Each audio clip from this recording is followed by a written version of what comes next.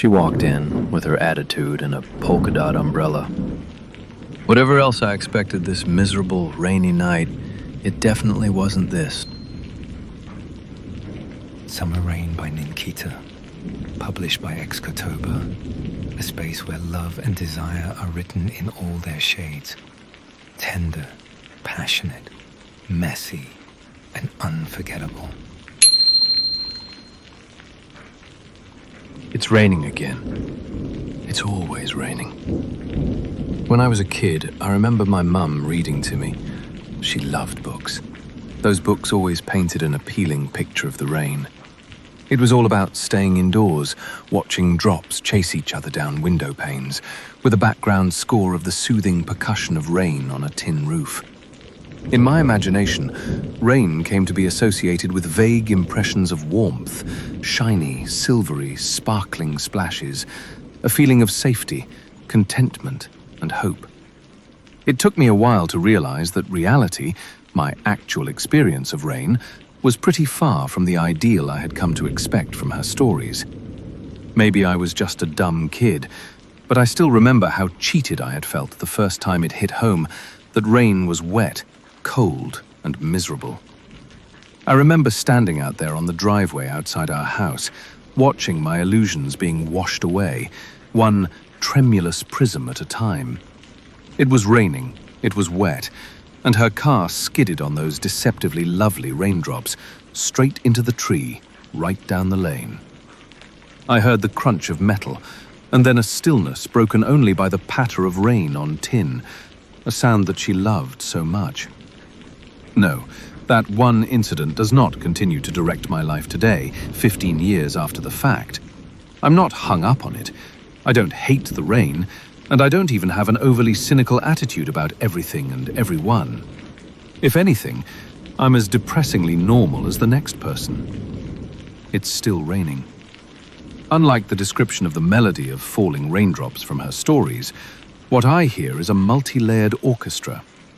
There's the annoyingly repetitive plink-plunk of the leak in the far corner that tells me Noah didn't fix the roof as he promised me he would. There's a fast staccato beat against the roof and walls, nothing like the dreamy rhythm Mum promised.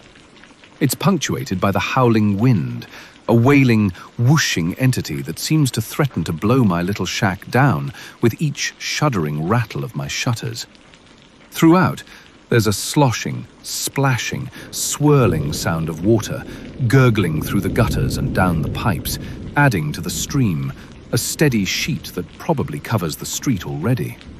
It's so loud that I nearly miss the added splashing of feet wading through rushing water and the loud clatter of hard rain on plastic. A rather pretty purple umbrella, edged with polka dots of all things. I blink and set down the wrench I had been using to fix old Doc Banner's car. Whatever else I expected this miserable rainy night, it definitely wasn't this. Can you fix my car? I look her up and down with a raised eyebrow. But truth is, I can't really see much. She's still got that ridiculous umbrella up. Much good it's doing her inside my shed. It's creating a puddle on my floor, around her feet is all. She's wearing boots, and it affords me a strange sense of satisfaction that she is at least dressed for the weather. Her body is covered by some kind of an overcoat, and I can't really make out her features in the shadow cast by her freaking parasol. Yes, my mother read out books to me that involved parasols. I might have also read a book or two over the years that involved parasols. Reading is a good habit, and stereotyping is a terrible one. I sigh and step closer to the figure still dithering near my open door. I want to roll my eyes when she cowers as I reach past to slam the door shut. I'd rather keep the rain out if you don't mind, I state blandly, stepping back. And I'd need to see your car to fix it. She huffs and starts to speak. She speaks with her hands, I notice, and that means the umbrella she's been clutching so tight with both hands gets in her way pretty spectacularly. They wrestle for a few fraught moments before I tempt forward again and gently pull it away, standing it in a corner to dry off. Oh, thanks. She sounds a little put out that I ended her bout so soon. She looks up and I feel like I've been poleaxed. Her glance is a maiden's favor to the victorious knight. I rescued her from the dragon umbrella. Call me Sir Andrew, Parasol Slayer. She shivers and I blink. A tremor runs through me. And that's how I know I'm getting caught up in rain voodoo.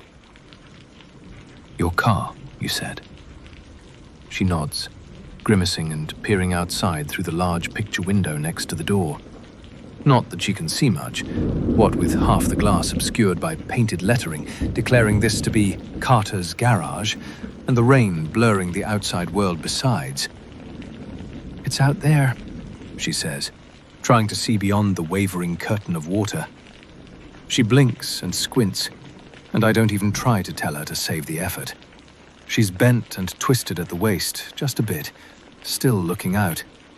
It makes me tilt my head, because how is that comfortable? She does have a trim waist. I leave her to her abstraction and pick up my tools again. Truth be told, my attention has wandered to various interesting parts of her body, and I need to rein it in. I have 3 cars and a bike to fix, and no hope of the other mechanics making it through tomorrow either, if the rain continues the way it has for most of today. Well, can you do it? She demands suddenly. The squelchy tapping of her wet boots has now joined the myriad howls and drips and associated rainy sounds. My sigh is practically inaudible, but the wrench is loud enough for the both of us. Its sharp clang seems to make a point for me. I'd have to check it out to see what was wrong. For that, I'd have to get the car in here. I wave my arm in the general direction of the other cars in the shed. But that will have to wait till the rain lets up a bit. Her chin sort of bunches up, in annoyance, I suppose. Somehow she makes sure her sigh of aggravation is audible, despite the atmospherics. I find her scrunched up, disgruntled face more appealing than I should, especially when she glares at me. I don't know why, but she reminds me of an apple, a juicy, rounded little apple that I can't wait to hold in my hands as I bite into the delicious skin. Damp from the rain, her scent is sweet and potent as it wafts by, making my mouth water. She's glaring at me. I wonder if I'm coming down with something because it's turning me on. I turn back to the car I was working on with an offhand, "Why don't you sit down till the rain lets up?" tossed over my shoulder.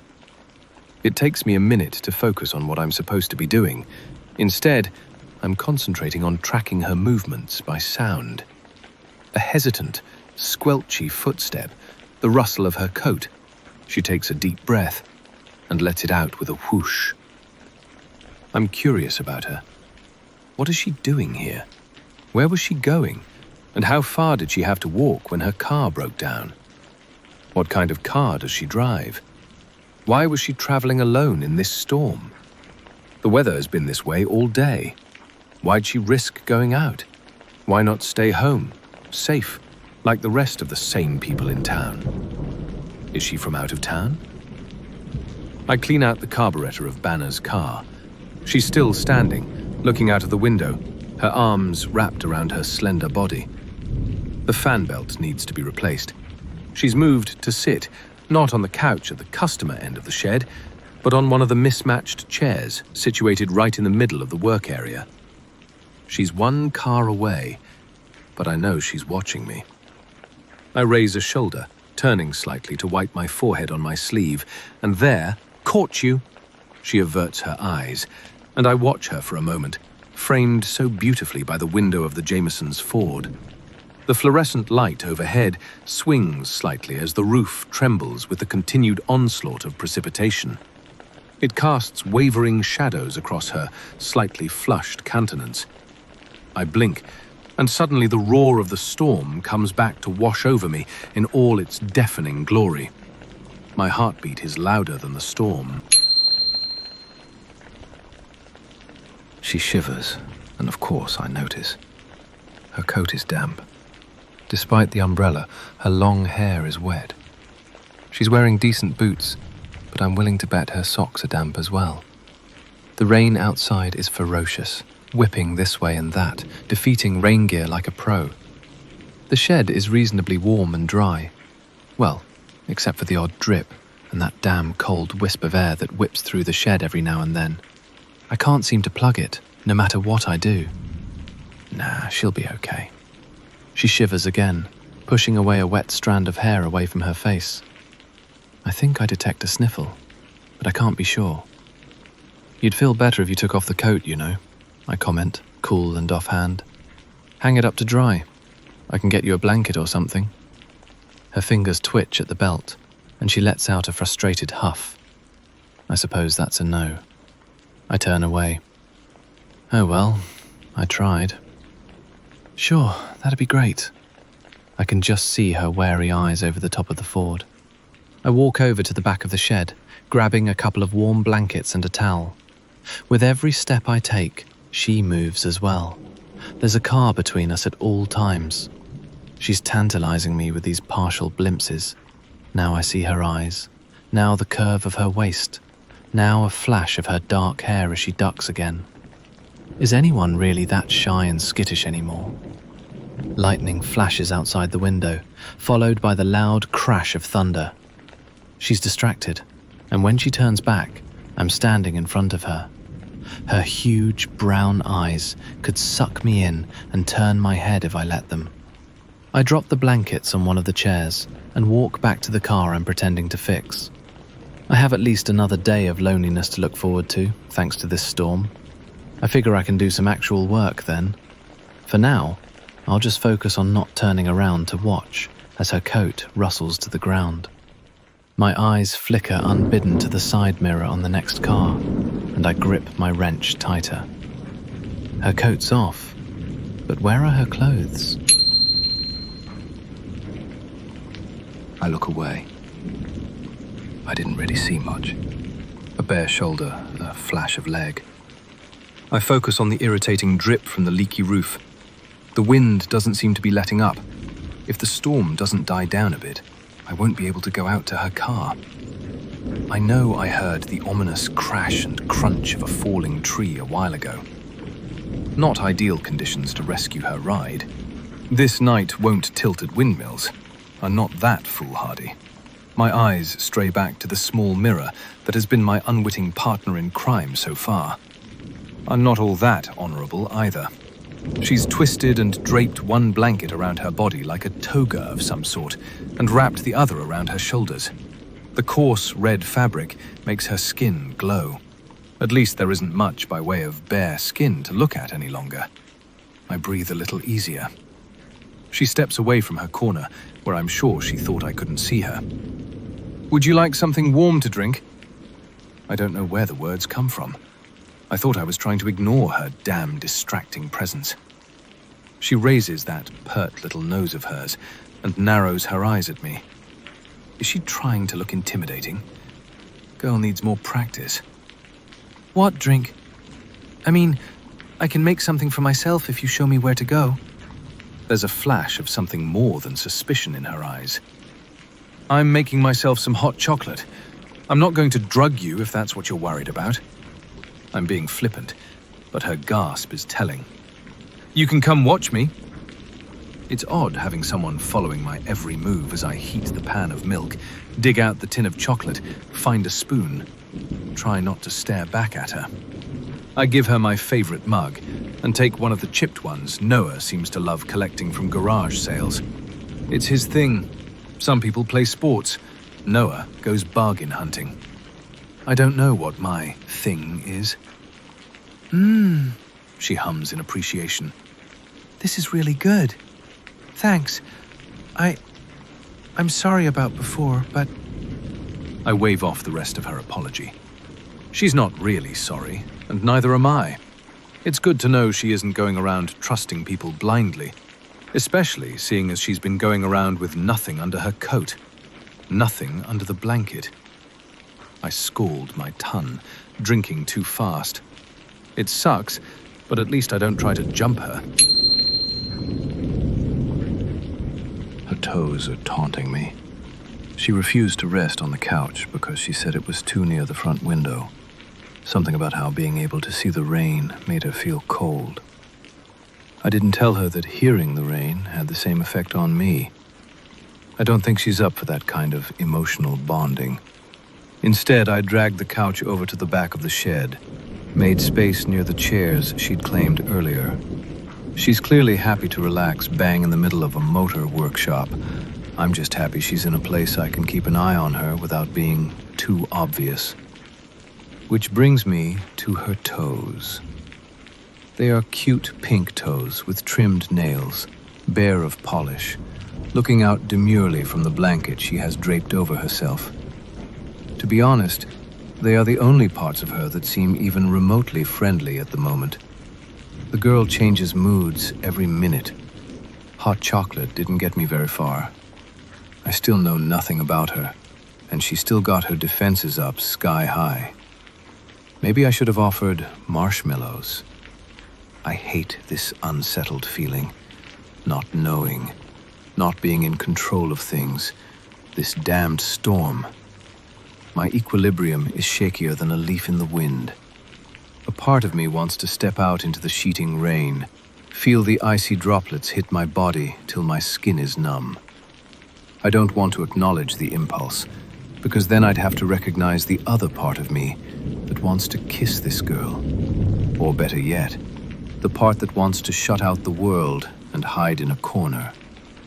It doesn't happen often, but rainy days like this, I bite down a sigh, pick up my tools, and get back to work. It's been about 10 minutes. "Why are you working here all alone in this storm?" she asks. She broke the silence. She caved. So in the twisted game of blink we were playing in my head, I just won. I dipped my head further over the engine of the car to hide my smirk. No one else could get in. And you could? You must really love your job. I live here. She makes an exaggerated show of looking around from her perch on the couch. Oh, I'm sorry. I mistook the place for a garage. Must be all the cars. Nice decor. Very eclectic. If she's trying to needle me, she's going to be sorely disappointed. All it does is make me want to laugh. Bundled up in the fuzzy blankets, curled up on the couch with her hair still damp and that pout, she looks like one of those cute kittens that think they are huge, scary lions. I wonder how angry she'd get if I asked her to roar for me. I curb the impulse and smile blandly. Thanks. I thought it'd be a great conversation starter. I know I've got her pegged when she huffs and looks away. I lose the next couple of minutes contemplating how strange it is to instinctively know so much about her without knowing the first thing about her. And I really want to know everything about her. I finish up with Banner's car and wipe my hands on a rag. Lightning illuminates the deserted yard in a brief flash of light. I squint through the nearest window, trying to look past the streaming water, past the chill that creeps up my spine. This rain, this damned storm. A rustling from her couch snaps me out of my abstraction, and suddenly, I'm not cold anymore. Our eyes meet, and I'm sure she can see that I'm lost, just as surely as I can see she's scared. I wish I knew what has her so spooked. "You sleep on this couch?" she asks, and I'm so startled that I blink. Damn, I think that means I lost, even though she's the one who spoke first. Her eyes narrow when I don't answer right away. If it wasn't for her barely concealed vulnerability, a man might think she's an entitled, spoiled, disagreeable brat. But somehow, every word she tries to cut at me with ends up wiping away a portion of the smokescreen she's trying to hide behind. Do the girls actually go for this? This? She seems to be at a loss, waving her arms about the shed. I'm transfixed. staring a little south of her chin, wondering if her flailing will shift the blanket just a bit, just a little bit more. And we have cleavage. Her enticing curves are jiggling slightly with every agitated movement she makes, and I don't think she has a clue what it's doing to me. Right now, a bolt of lightning could incinerate the whole damn building and I wouldn't notice. I nearly grumble aloud when my sight is obscured by her crossed arms. What girls? What are you talking about? Seriously, what did I miss while I was ogling certain parts of her anatomy? She scoffs. You know, girls, women, dates, one-night stands. I blanch, because how did she even reach there? No, what? No women, what do you even... Why? I sputter, but coherence is beyond me when she's asking me about my sex life. And here I was, fantasy. Oh my God, you do, don't you? This is where you bring them. Those floozies probably get a kick out of the place. It's their blue-collar fantasy, isn't it? And this couch. She leaps up as though electrocuted, arms akimbo, glaring at the couch as if it bit her in the butt. Ugh, I can't even imagine the depraved things you've probably done on it. I can't believe you let me sit on that thing. I need sanitizer. She's shuddering in horror at her ridiculous thoughts, and I want to lick the goosebumps I can see have risen along her collarbone. I step closer because I can't stay away. Stop being crazy for a minute. I lay a single finger on her lips to silence her. I think we both stop breathing for a moment. She steps back and wraps the other blanket around her shoulders. Damn, there goes the view. I'm not crazy. Her voice is strangely subdued for someone who was so vocal about my supposed sex life a moment ago.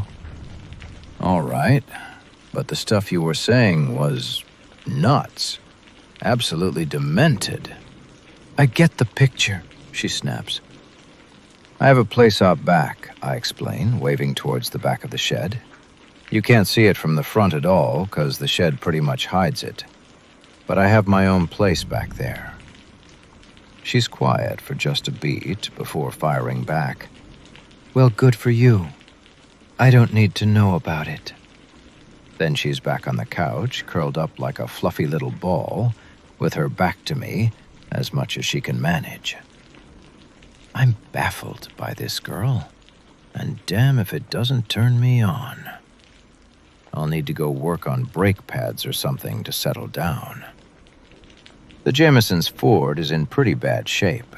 Their son is incapable of basic maintenance, but he is good at adding to the dings and dents on its battered body. I must have seen this car in here at least 5 times in the last 6 months. For now, I'm glad he banged it up again because it'll work as a good enough distraction.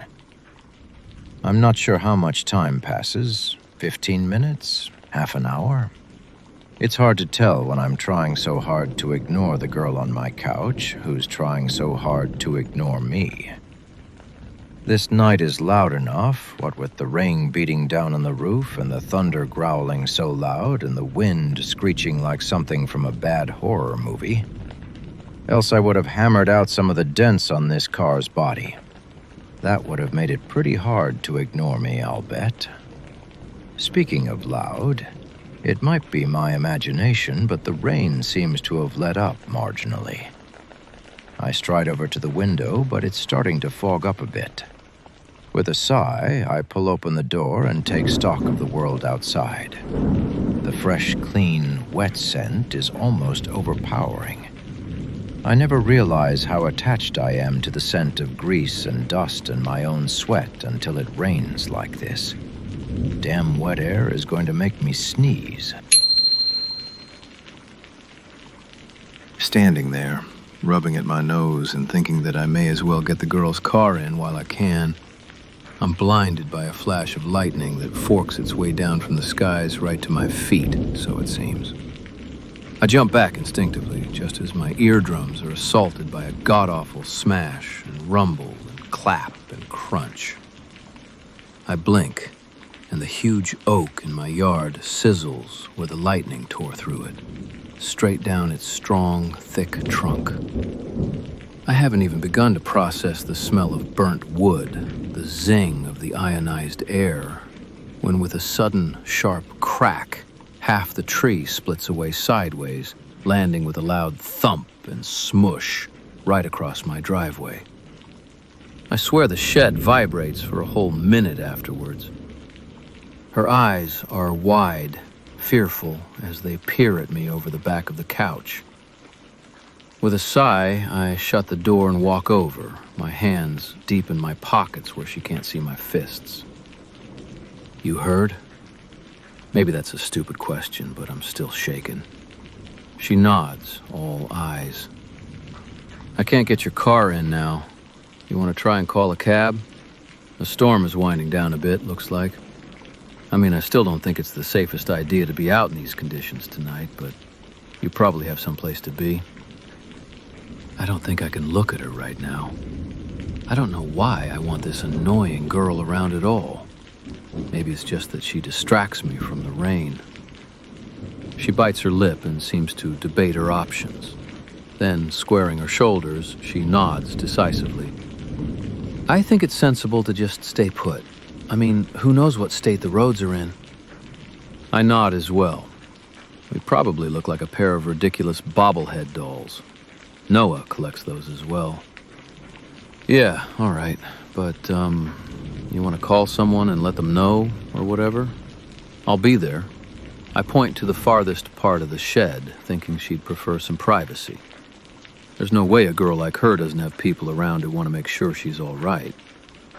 I root around in the tools and assorted machine parts stacked up in the wall-high shelves, mentally making a note to get that slacker Jimmy to clean this area up sometime this month. My eyes stray back for another surreptitious glance. She hasn't moved. She hasn't so much as twitched a finger towards the small sling bag she had tossed onto a chair near her trench coat. She looks up and our gazes catch. She isn't crying. It's just the rain has caught up with her. That's all. I should keep this girl around. Since she walked into my garage a few hours ago, I've already finished work on 2 cars. All alone, I'd have found plenty of ways to waste my time. Not that I'm trying to impress her, flexing my muscles or anything. She's been dozing for most of the last hour anyhow. Speaking of time, it's getting late. The storm hasn't let up any, and it's not like either of us can leave, what with that huge split oak lying across my front yard. Hey, I whisper, poking at her shoulder gingerly. Hey, miss, wake up. Damn, I don't even know her name. Why haven't I asked for her name? Her lashes are ridiculously long. They cast shadows on the tops of her cheeks, darkening the soft pink to a more dusky hue. She looks like one of those pretty little china dolls that Noah collects. For the record, the only reason I know about all this is because he insists on showing us his haul after every successful yard sale he hits up. That's all. She sighs out a breath and blinks awake, letting out a startled little scream as she sits up and scrambles away from where I'm still hovering. Damn, miss, I didn't mean to scare you. I'm flapping like an idiot. Relax, okay? I was trying to wake you up, that's all. That's all, okay? You all right? Her eyes are still wide and apprehensive, but she seems calmer. Right, look, the storm hasn't let up. It's getting late and, well, I don't know about you, but I'm getting hungry. If it's all right with you, we can shut the garage down and head to my place for the night. Your place? She asks, skeptically. How about you go, and I'll just stay here? There isn't any substantial food in the garage pantry, I point out. And this place is leaky and drafty, and I can't afford to have you sue me if you fall sick. I'm not taking that risk. She's wavering, but not sold yet. I'm hungry, tired, and losing patience fast. All right, how about this? Just come along, take a look, and decide for yourself if my place is safe or whatever. At least I can lend you some clothes, a hairdryer, that kind of thing. I wave my hands vaguely around before running them through my hair. Her stuck-up princess routine is getting on my nerves. "Okay," she says, standing and grabbing her coat and bag. "Lead the way." I nod, first securing the door, shutting off lights and checking switches before I lead her to an inconspicuous door at the back of the shed. "Through here, miss," I gesture, opening the door. She pauses at the threshold, turns slightly, and looks up at me through those long eyelashes. "Sylvia. Please call me Sylvia." By the time I figure which way is up, she's halfway down the passageway. Still, I call out, "I'm Andrew." She doesn't look back, but I know she heard me. The din of the rain is muted here, though we are practically outdoors right now, in between shelters. The air is suffused with the heavy, sweet aroma of wild roses. The lack of electric lighting somehow heightens the beauty of the storm, of the night, of this strange encounter with this strange girl. She's standing in the middle of the breezeway. The pale, intermittent flashes of lightning illuminate the wonder on her face. I watch as she looks up in awe, tracing the path of the rose bushes that crawl all over the sides and roof of the covered path. You can't really tell in this uncertain light, but they bloom in all colors, palest cream to deepest red. I'm not sure I have one that can match the tint of her cheeks, though. "Wow," she whispers softly, but I hear her clear as a bell. "Who could have imagined this place?" I don't answer, but I can't hold back my smile either. This passage is something I'm particularly proud of. I thought it up, designed it, and built it all by myself. I modeled it after Roman aqueducts, so it's got a frame of arched, pillared red brick.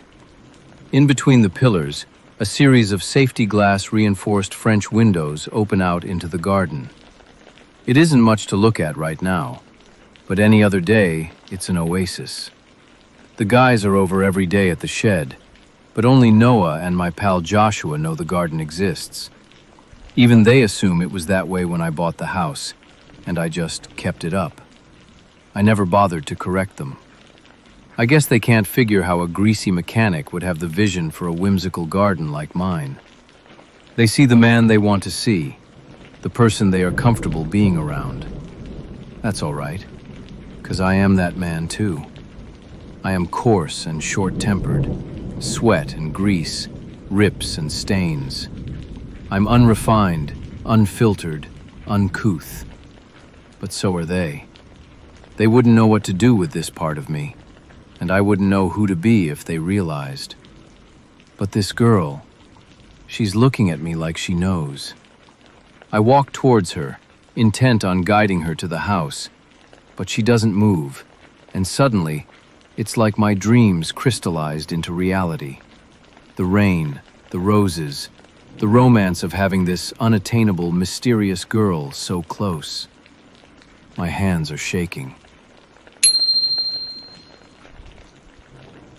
It's awkward, standing so close, neither of us moving one way or the other, until she suddenly scrunches up her face and sneezes. I jump back the same time she does, and then I scramble past, trying to get the door to my house open. "Come on, you need to get inside." I'm stating the obvious, of course. The girl's been sitting in the shed for at least a couple of hours, with her hair still damp. No clothes, no socks. She strikes me as the type whose feet are perpetually cold. She looks upset, but I don't have time to figure out why. I hustle her past the kitchen, past the living room, straight into the spare bedroom. "I think there should be something here," I mutter, poking around in the closet. I find an old t-shirt and a pair of warm flannel pajama pants that are much too small for me now. They should do nicely for her. She's standing near the door, arms crossed, foot tapping on the floor, an eyebrow raised imperiously. Here I am, going out of my mind trying to take care of her, trying to prevent her from falling ill, and she stands there with this snooty look on her face. Suddenly, I'm annoyed with her attitude. "Here!" I toss the clothes at her, feeling a perverse satisfaction when they hit her square on the face. "The bathroom's through there. You should take a shower, warm up. I'll be in the kitchen." The door bangs shut behind me, and I let out a sigh of relief. The more time I spend around her, the more I think I'm losing my mind. I grab the thickest, warmest pair of socks I can find in my dresser, hanging them carefully over her doorknob, before making my way to the kitchen. I'm starving and exhausted, and normally I would have just grabbed something easy to eat. A frozen pizza, maybe made myself a sandwich. Today, I'm standing in front of the open fridge, wondering what she might like. With a disgruntled, I turn away. Right, mac and cheese it is. I need comfort food, and if she doesn't think that's good enough, well, too bad. I grab everything I need to make it from scratch, and then on a whim, I pull out a couple of chicken breasts from the freezer. It would be nice to have a bit of grilled chicken, that's all. I'm not trying to impress her or anything. I like cooking. My mum and I used to spend weekends going over old cookbooks, watching cookery shows, and experimenting with the meager ingredients we could afford. It was always fun, and over the years, I found that it relaxes me. I work quickly and systematically, pouring, boiling, stirring, grating, seasoning. The delicious aromas wafting around the kitchen practically have me in a zen-like state when I hear a soft shuffling behind me. "What are you doing?" Her voice sounds incredulous, and when I turn around, her expression matches. But I can't really focus on that when she looks so cute. She offers to plate the food, and I don't argue. I sit at the table and wait patiently as she dishes up 2 platters and carries them over. Then she waits till I've had a bite, before finally picking up her fork. I can guess why she's doing this, and it unsettles me. She isn't subservient by any stretch of the imagination, so the idea of the things that could have forced her to become this cautious, well, it makes my blood boil. I slowly unclench my hand under the table where she can't see, and take a drink of water. She's already halfway through her plate, her cheeks stuffed like a chipmunk, and a string of melted cheese escaping the side of her mouth. Her armor seems to have been set aside for the time being, and I'm mesmerized. The unguarded pleasure she's taking in the food makes her even more appealing to me. She looks up, and my cheeks heat up when I realize she caught me gaping at her like a fool. I stuff my mouth before I can blurt out something stupid. "So, listen, thanks," she says. I choke on my food. On the bright side, she rushes around to try to save my life. All praise the Heimlich maneuver and her arms around my chest. Her fresh-washed, clean scent surrounds me, so it's kind of a pity I'm gasping for breath here. Such a wasted opportunity. With a completely mortifying gurgle and some ugly hacking, a gooey bit of macaroni shoots out of my windpipe and straight onto the middle of the table. I close my eyes so I can no longer see that symbol of my utter ineptitude at seduction. Not that I was trying to seduce her, but I now have no chance. None. She's probably so put off by that whole performance. She hasn't removed her arms from around me, though. Her hands are stroking my chest and arms, soothing me. She even runs her fingers through my hair, pushing it off my forehead, and it feels so good. I could stay like this forever. "Are you feeling me up?" I cringe at my stupid, unfiltered words, wishing I could have choked for a moment longer. She doesn't speak, doesn't move. Any minute now, she'll shove me away or withdraw into her icy shell or something. Maybe. I can feel the heat of her cheek radiating onto my neck, where she seems to be trying to hide. I can breathe again. She straightens up and pulls away from me. I watch her pretty pink fingertips disappear over my arms, over my shoulders. It feels as though she's taken away part of me. She walks back around to her chair and picks up her fork like we didn't just have a moment back there. It can't have all been in my head. My fantasies would have had us naked amongst the debris of our dinner by now. We're back on opposite sides of my little table, but I can feel the phantom pressure of her body wrapped around mine. I shiver involuntarily. She's stealing glances, and I'm pretending I don't notice. It's making me antsy, though. You from around here? I figure it's a safe question. She begins to shake her head, then slowly nods once. I wait patiently, expectantly, and am rewarded by her soft voice. I was born here, but I moved away with my mom as a kid. I would visit my dad every year, so I'm not exactly unfamiliar with the place. But I can't really say I'm from here, you know? Well, that makes things about as clear as mud. So how come you were out in this storm? None of the locals would be out tonight. That's why I figured you might be an out-of-towner driving through. Yeah, kind of. I wasn't... That is to say, I'm not staying in town. Or at least, well, I was hoping to make it to my dad's place here. It's been lying shut since he passed last year, but I figured... I nod in understanding. You'd better hope his house was in good repair, I comment, licking my fork. Storms like this tend to leave behind quite a mess. She sits back with a sigh, her eyes fixed on my... fork? Can't be a bigger mess than me, she mutters. I overrule her repeated offers to do the dishes. Instead, I've got her settled on the couch so that I have a clear view of her from the kitchen. She looks so tired. I'm not surprised when her face contorts suddenly into a mighty yawn. It's one of those highly contagious things. Before I know it, I'm yawning as well. Careful, your teeth might fall out, she jibes. I can't stop my smile. Knowing that she's been watching me is a massive ego boost. What if I told you they were all fake anyway? I gotta take out the dentures every night, you know. That explains it. What? How your teeth are so bright and shiny. Must be easier flossing when you can just take them out, huh? I'm torn between cringing and laughing. In the end, I just give her a look, though I'm sure the effect is ruined by the smile I can't completely hide. She giggles, and there's this rush of feeling bubbling inside my chest that is entirely new and unfamiliar. I turn away to try and calm down, but not even the relentless roar of the storm and the constant annoying rush of rainwater over my tiled roof can distract me completely from this strange yearning. I'm tired of staying away. It's a startling epiphany, not least because I just met the girl. Eyes wide, heart pounding, I turn back to her.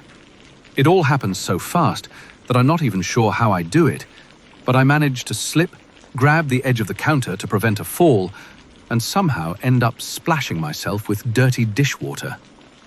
There's a moment of silence, and then she's laughing again.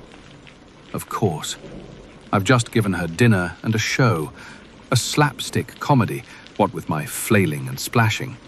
All I need right now is pie on my face. I grimace at the way my t-shirt is clinging to me. It's frankly disgusting, with grease and dirt from the garage, and now the dirty, sudsy water. I pull it off, using a dry portion to wipe at my torso. It strikes me that she's suddenly gone quiet.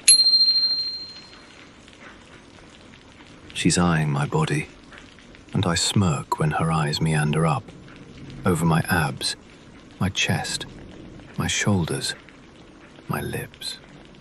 Her dark eyes widen when they meet mine. My chest swells, because hell yeah, she was checking me out, and she liked what she saw. I had been cursing myself for not showering and changing before dinner, thinking it might have been the sweat and grease that drove her back to her chair earlier, after she saved my life. Now I'm thinking maybe it's a good thing I didn't wash away my day just yet. All those strange questions she asked me back at the shed, about the girls, about blue-collar fantasies. It's all making a lot more sense now. It's her fantasy. Dare I say it, I'm her fantasy. I step closer, flexing my biceps casually to distract her when she looks like she's ready to bolt. Our eyes meet again, and she's looking a little dazed. Her lips part, her tongue licks along the rim, and I swear the room heats up. How did we get this close? She's leaning towards me, her delicate nose skimming along the side of my neck. I can't hear the thunder or rain or wind or anything above the pounding of my own heart. I can count her eyelashes. I'm so close. Her hand trembles when she raises it to touch my cheek, to stroke my stubbly jaw. Her eyes are dark and lustful, but I don't miss the flashes of fear, maybe confusion in their depths. Much as I want to take the sweetness her lips are offering me, I can't. I want more. Sylvia, I whisper, nudging her nose with mine, sharing gentle Eskimo kisses in place of the searing French ones I'd been careening towards a moment ago. Damn geography. Damn conscience. Andrew, she smiles, her lips caressing my name as I wish they'd caress another part of me, another day. I take a small step back and smile. Dance with me? She's pissed. In a way, I'm pissed at myself. What kind of an idiot stops a beautiful girl from kissing him? Then again, knowing that she really wanted that kiss makes me want to smirk and walk around with a very manly swagger. I quickly grab my phone from the kitchen counter. It takes me a moment to find the song I want, and I have an eye on her the entire time. I wouldn't be surprised if she decided to get all mortified or offended or something. I don't want that. I don't want her to retreat into herself or the other room. I want to dance with her, hold her close, watch her eyes light up as she enjoys herself. I want to banish all the shadows she carries in her soul. I also want to know why she was naked under her coat. Thankfully, she chooses to remain leaning against the back of the couch, giving me the stink eye.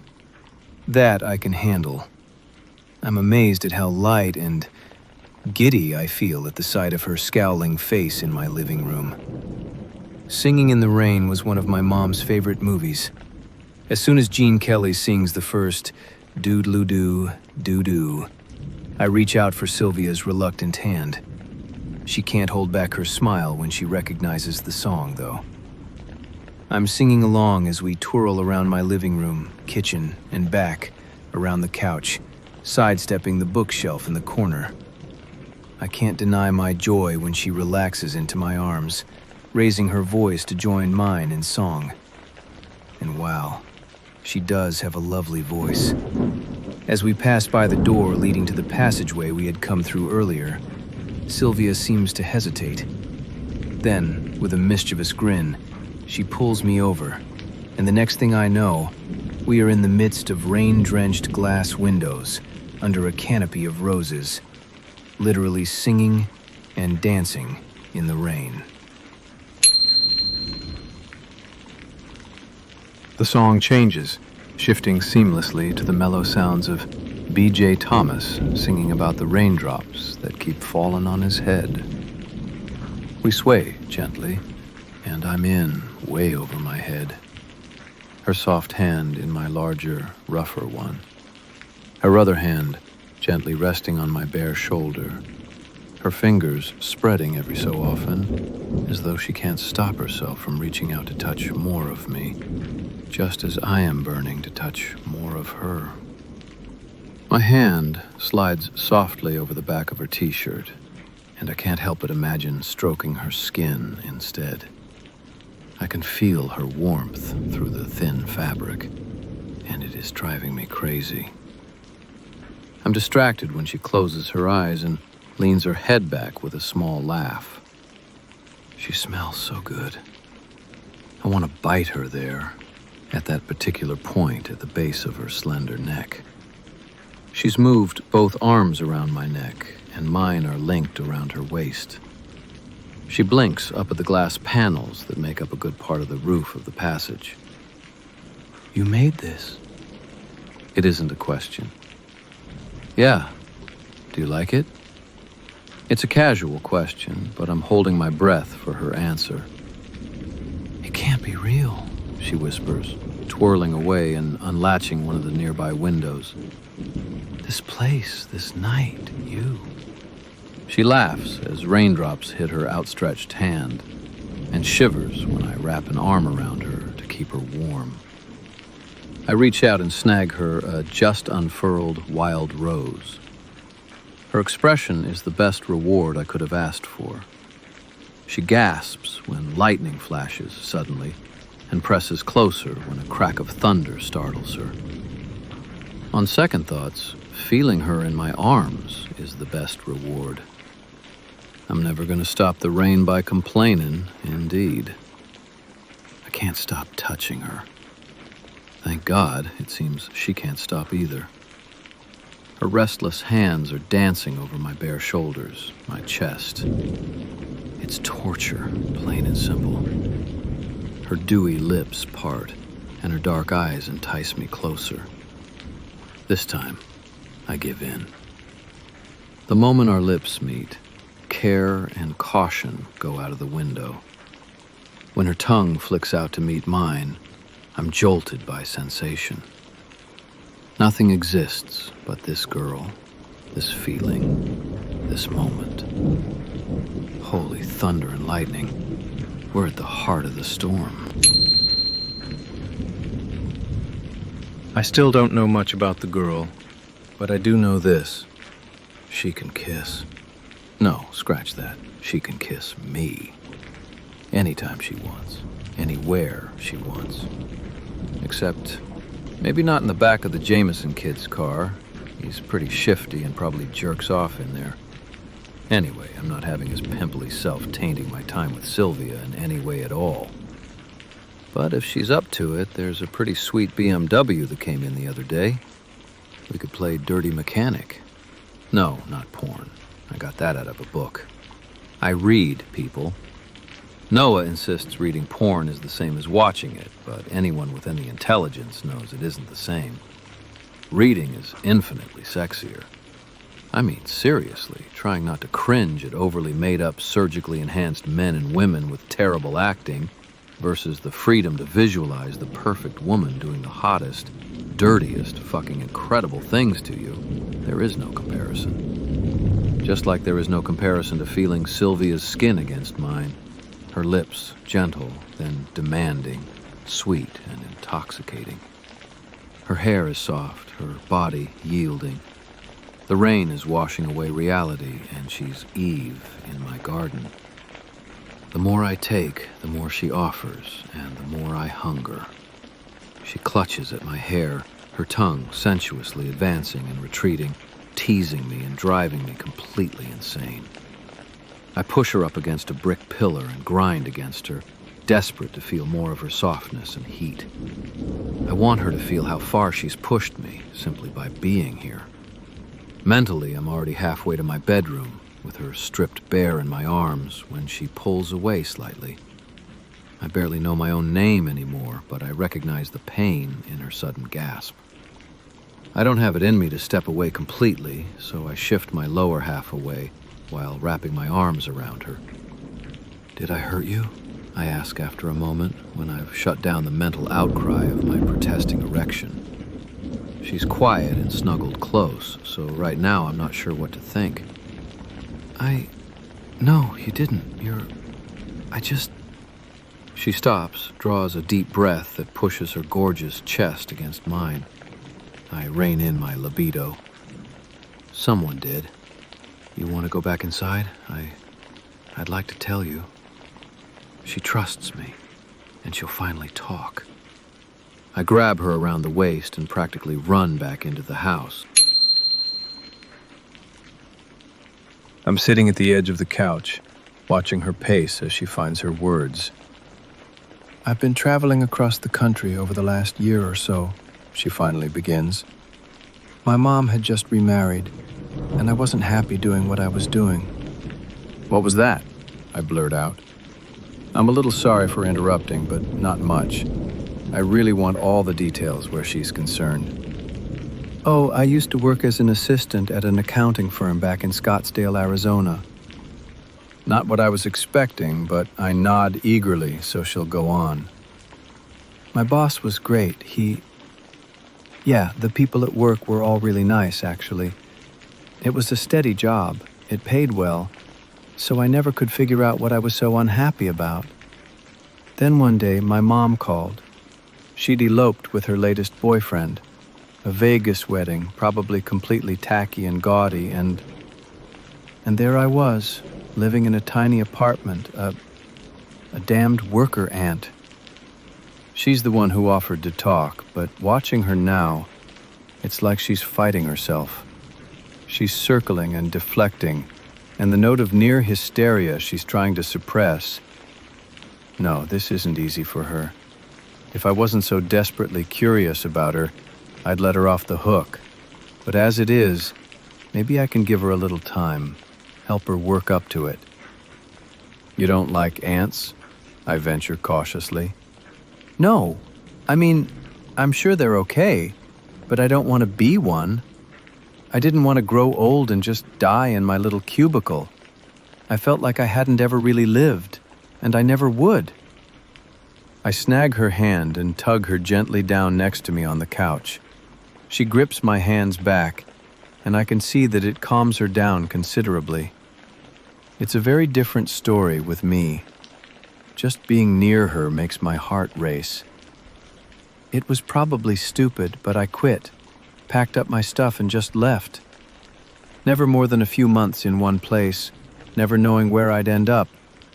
Except maybe I was making my way back here, after all.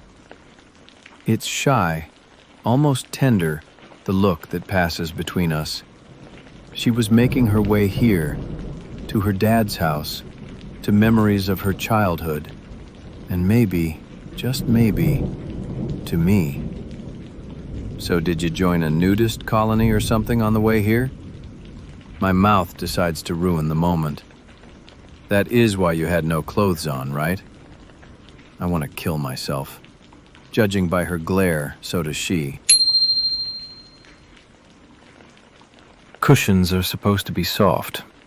The ones on my couch feel like they're made of freaking lead, stuffed with stones. She whacks me again, catching me on my bicep as I shield my head from her attack. I swear I'm going to bruise. Noah will have a field day laughing at me. A nudist colony? Seriously? Her onslaught ends suddenly as she covers her cheeks with her hands. Oh my God. You knew I had no clothes on? You saw? Is that why you invited me here and fed me and... She's going off on the crazy train again. You didn't have a bundle of wet clothes or anything, I point out, which shuts her up. I'm glad because I really don't want to confess that I was watching, not while there's anything around that she can hit me with. Anyway, I saw her, and now she's seeing me without a shirt on, so I think we're even. She's pouting. Well, I'm not a nudist, so don't get any ideas. I nod, but of course it's too late. I've had ideas since the moment I saw her big brown eyes. How come you weren't wearing any clothes then? She sucks in a deep breath and leans closer, as though sharing a huge secret. I'm a telegram. No, you're a girl, or I'm going nuts. She huffs and explains. A singing telegram. You know, book a personalized message and we'll deliver it, complete with singing and costumes and whatever. People get a kick out of it. I probably look unconvinced because she shakes her head and stands. Shimmying her body enticingly, she belts out a very risque version of Happy Birthday that has me squirming in my seat and surreptitiously checking the side of my mouth for drool. She ends with jazz hands and looks at me expectantly. I don't know what she expects. Rational thought is on vacation right now. It's just my dick holding forward. Feel free to do that any time, Marilyn, with or without clothing. Yeah. She drops onto the couch with an undignified thump, throwing her head back with an exasperated growl. With or without clothes.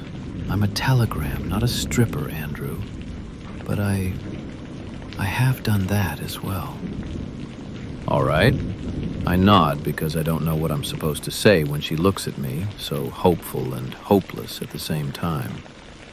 Stay here with me, sing to me, and I'll get you a stripper pole and as many trench coats as you want. She's worrying her lower lip. She's worrying the faded edge of the t-shirt she's wearing. She's worrying me with her cryptic statements and fearful glances and explanations that don't really reveal anything. The storm had me all on edge, and now she has my head spinning. Look, I'm sorry, she says in a small voice. I know I'm not making a lot of sense, but it isn't easy. I haven't told anyone. I haven't really had anyone to talk to these last few months, and I don't know why I'm saying all this to you. I sound crazy, right? I grip her hand in support and wait, because ready or not, she is determined to talk. Haven't you ever done something you weren't proud of? Something you don't want anyone to ever find out? She asks. Of course I have.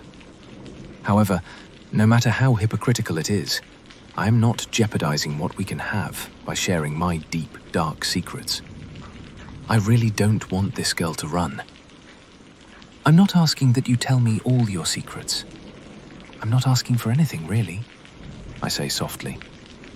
She looks at me skeptically. I'm serious. Am I curious? Hell yeah.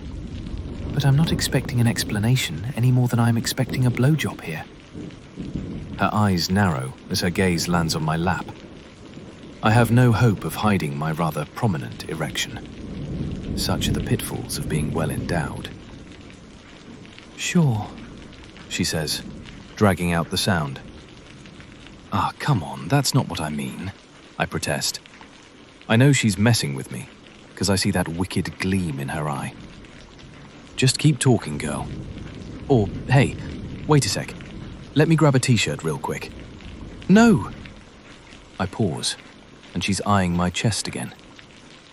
I have a better idea. Her eyes are practically dancing, and I wonder if I should be scared. I might need a little incentive to get me through this. I nod encouragingly. For every difficult part of my story, you can lose one article of clothing. I continue nodding automatically before it hits me. Strip story time? Is that even a thing? She raises one challenging eyebrow. I gulp. This is not going to end well. Wait. I hold up a hand. The t-shirt counts. She rolls her eyes and nods with a smirk. Her shoulders are visibly tense, though.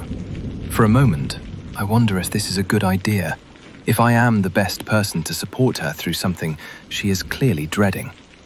But then I figure, who better? So I hold out a hand again and breathe a little easier when she sets her own in it. I told you I've been moving around for about a year. It was all right, but I was restless. I finally reached Vegas about 6 months ago and decided to stick it out for a while. It was just a symbol, I guess. My mother's celebration of life. My search for something. Long story short, I had some money saved up and was looking for a good time. Instead, I got taken for a ride and robbed. I panicked and basically convinced myself that stripping wasn't such a bad option in that situation. I needed the money, and a job's a job, after all. Her mouth twists, and I recognize that look of self-derision. It was so awkward, Andrew. I'd had a couple of boyfriends, but I always felt so... I was always... what's that word? Stilted? Boring.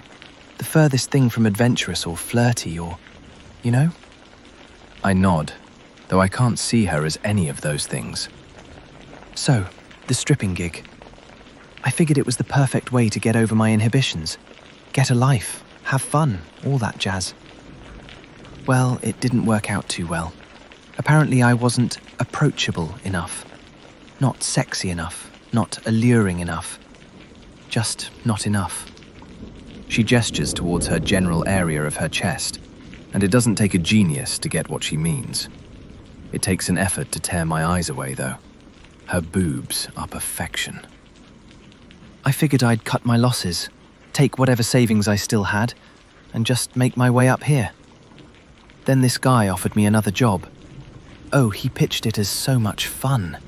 I was just supposed to get dressed up, accompany these men to fancy parties, and the money was good. I guess I didn't think of reading the small print. One part of me is still cataloguing her alluring shape beneath her shirt, the way just the sight of her lips makes my mouth water, the way her skin feels against mine. Another part of me is battling an almost irrational rage. It makes me sick to think of her so vulnerable, so lost, available for the scum of the earth to abuse as they please. At this point, I don't know which of us is holding on tighter. I just know that letting her go is not an option. I used to be such a good girl. Never put a toe out of line. Chose the sensible career path instead of studying literature like I wanted to, because it was whimsical and useless, Mum said. Seems like I made all the responsible decisions so she could continue being reckless. And it still wasn't enough. She laughed at me and pitied me for my boring life. Well, how about that? I was a fucking stripper and an escort. Can't call that boring, not by a long shot. Her laughter is brittle. The storm in her eyes makes the one outdoors look like a gentle drizzle. The silence between us is broken by the occasional crash of thunder outside. Her breathing is still choppy, and I can see that she is holding back tears. We both need a moment to regroup. Hey, your story isn't so bad. And you could do better than just study literature. You could create literature. The Adventures of a Failed Stripper. It has quite a ring to it, don't you think? Hell, I can see the copies flying off the shelves. She chokes out a surprised laugh, and it might be the most beautiful sound I've heard all evening. Oh, I don't know, she replies, smiling up at me. My night with a stranger is sounding better and better at the moment.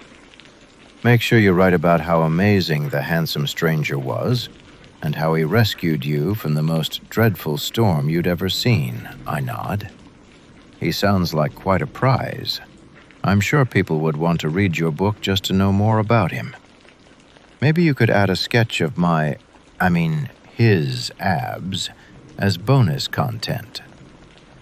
Her laughter is real, and I'm a little stunned at just how relieved that makes me.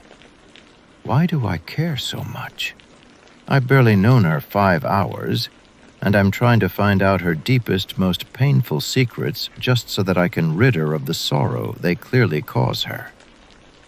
She leans forward and pecks my cheek chastely, sweetly. It makes my heart beat just as fast as the kisses we'd shared earlier. I smile and pull her closer in a hug. We're comfortable, her head on my shoulder, my arm around hers. For a while, we just stay where we are, unwilling to move away. She's looking out of the window, a faraway look in her eyes. I'm looking at the rose I gave her, sitting by itself in a glass on the coffee table. Sylvia's been prickly and skittish since she entered my garage this evening, but I'm beginning to understand what that's all about. I thought she was rude to me, but I can see now that she's harsher on herself. Her thorns point inwards, and I wish there was some way I could protect her from her own self. We watch the rain batter against the window relentlessly, and I sigh. The raindrops dancing down the window pane create strange, grotesque outlines of what my overactive imagination readily imagines to be faces of men. Men who used her. Men who fed her insecurity. Men who degraded her as though her very presence wasn't so much more than they would ever deserve. But it's just water. Our fingers intertwined, we watch the storm's impotent fury. So, I finally ask, you said someone hurt you? Every muscle in her body seems to tense, so I take her hand and place it on my abs. She feels me up all on her own, no nudging required. Her hands drift up over my pecs, and damn if her fingertips stroking my skin don't feel absolutely divine. If anything divine could feel anywhere near this arousing, that is. She shifts to face me more fully, pressing her chest against mine as far as she can, without actually straddling me. And, well, she pulls away with a gasp, but there's a smile lurking behind her pout. Are you trying to distract me? I shrug. We had a deal, remember? Since the shirt is already off, I'm giving you a freebie with the touching. She shakes her head and shifts away, back to her original spot on the couch. Not for the first time this evening, the girl is pulling me in completely different directions. My mind's damnable curiosity is battling it out with my baser physical need to just claim her body. She turns slightly away and raises her t-shirt. The skin of her lower back is scraped and bruised. My arousal is rudely and abruptly decimated. That's recent, I observe. I think I managed to hide my rage, distracting myself by taking the opportunity to shamelessly stroke at her skin. Yes, that's why I came here. And it's kind of related to why I didn't have any clothes on. I perk up. She laughs a little at my expression. Well, Vegas, everything that happened there. One day I woke up and couldn't understand what was wrong with me. Why was I in that place? I had run away from a life where I had felt trapped by expectations, but all I was doing, this entire pursuit of fun that I was on, it was just building me a different cage. The stripping, the sex, I didn't enjoy it, but at that time, I didn't think I deserved any better. I bristle, and she can see I'm ready to explode. Her fingers pinch my lips shut when I want to shout and rant at her for thinking that way. Cool it, that's in the past, okay? As I was saying, I suddenly wondered, why did I want to degrade myself? I had a brain. I had the capacity to work hard. I could do any damn thing I wanted with my life. I was in my car and on the road inside of an hour. She smiles, and there I see the spunky girl who had walked into my garage, all squishy boots and attitude. She's still got my lips pinched together like a duck. I'd like to see anyone else get away with something like that. I made it to Seattle in about a week. For the first time ever, I just let myself be. It was pretty much the best vacation I'd ever had. I walked into a diner my second day there and saw an ad for a singing telegram. It sounded like fun, and it was a hell lot better than what I'd been doing the past few months. Plus, you can sing, I add, escaping from her wicked fingers. For some reason, my compliment makes her blush. Yeah, and it was a good decision. I met a lot of nice people. I was enjoying myself after so long. She's talking with her hands again, all animated and excited and cute. I hadn't even realized how much it stressed me, being a sexual object all the time, you know? As a telegram, sometimes people would request a more risque message for 21st birthdays, bachelor parties, that kind of thing. Maybe the outfit I'd wear would be a little shorter or whatever. But it was all in good fun, and I never felt threatened or uncomfortable. Until yesterday. Her face tightens, and I can almost feel the anger and pain radiating off her body. It was someone who'd seen me, used my services in Vegas. She fidgets. Her lip trembles and she grits her teeth together to keep from crying.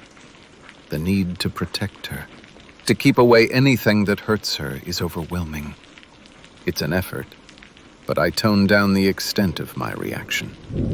Besides, this is clearly a difficult part of her story, and I made a promise. I stand, and with one sharp tug, I pop open the button fly of my jeans. I wish all promises were this easy to keep. What are you doing? Her words are a protest, but her eyes, her entire body is begging for more. I pause and smirk when I see her fingers flexing towards me.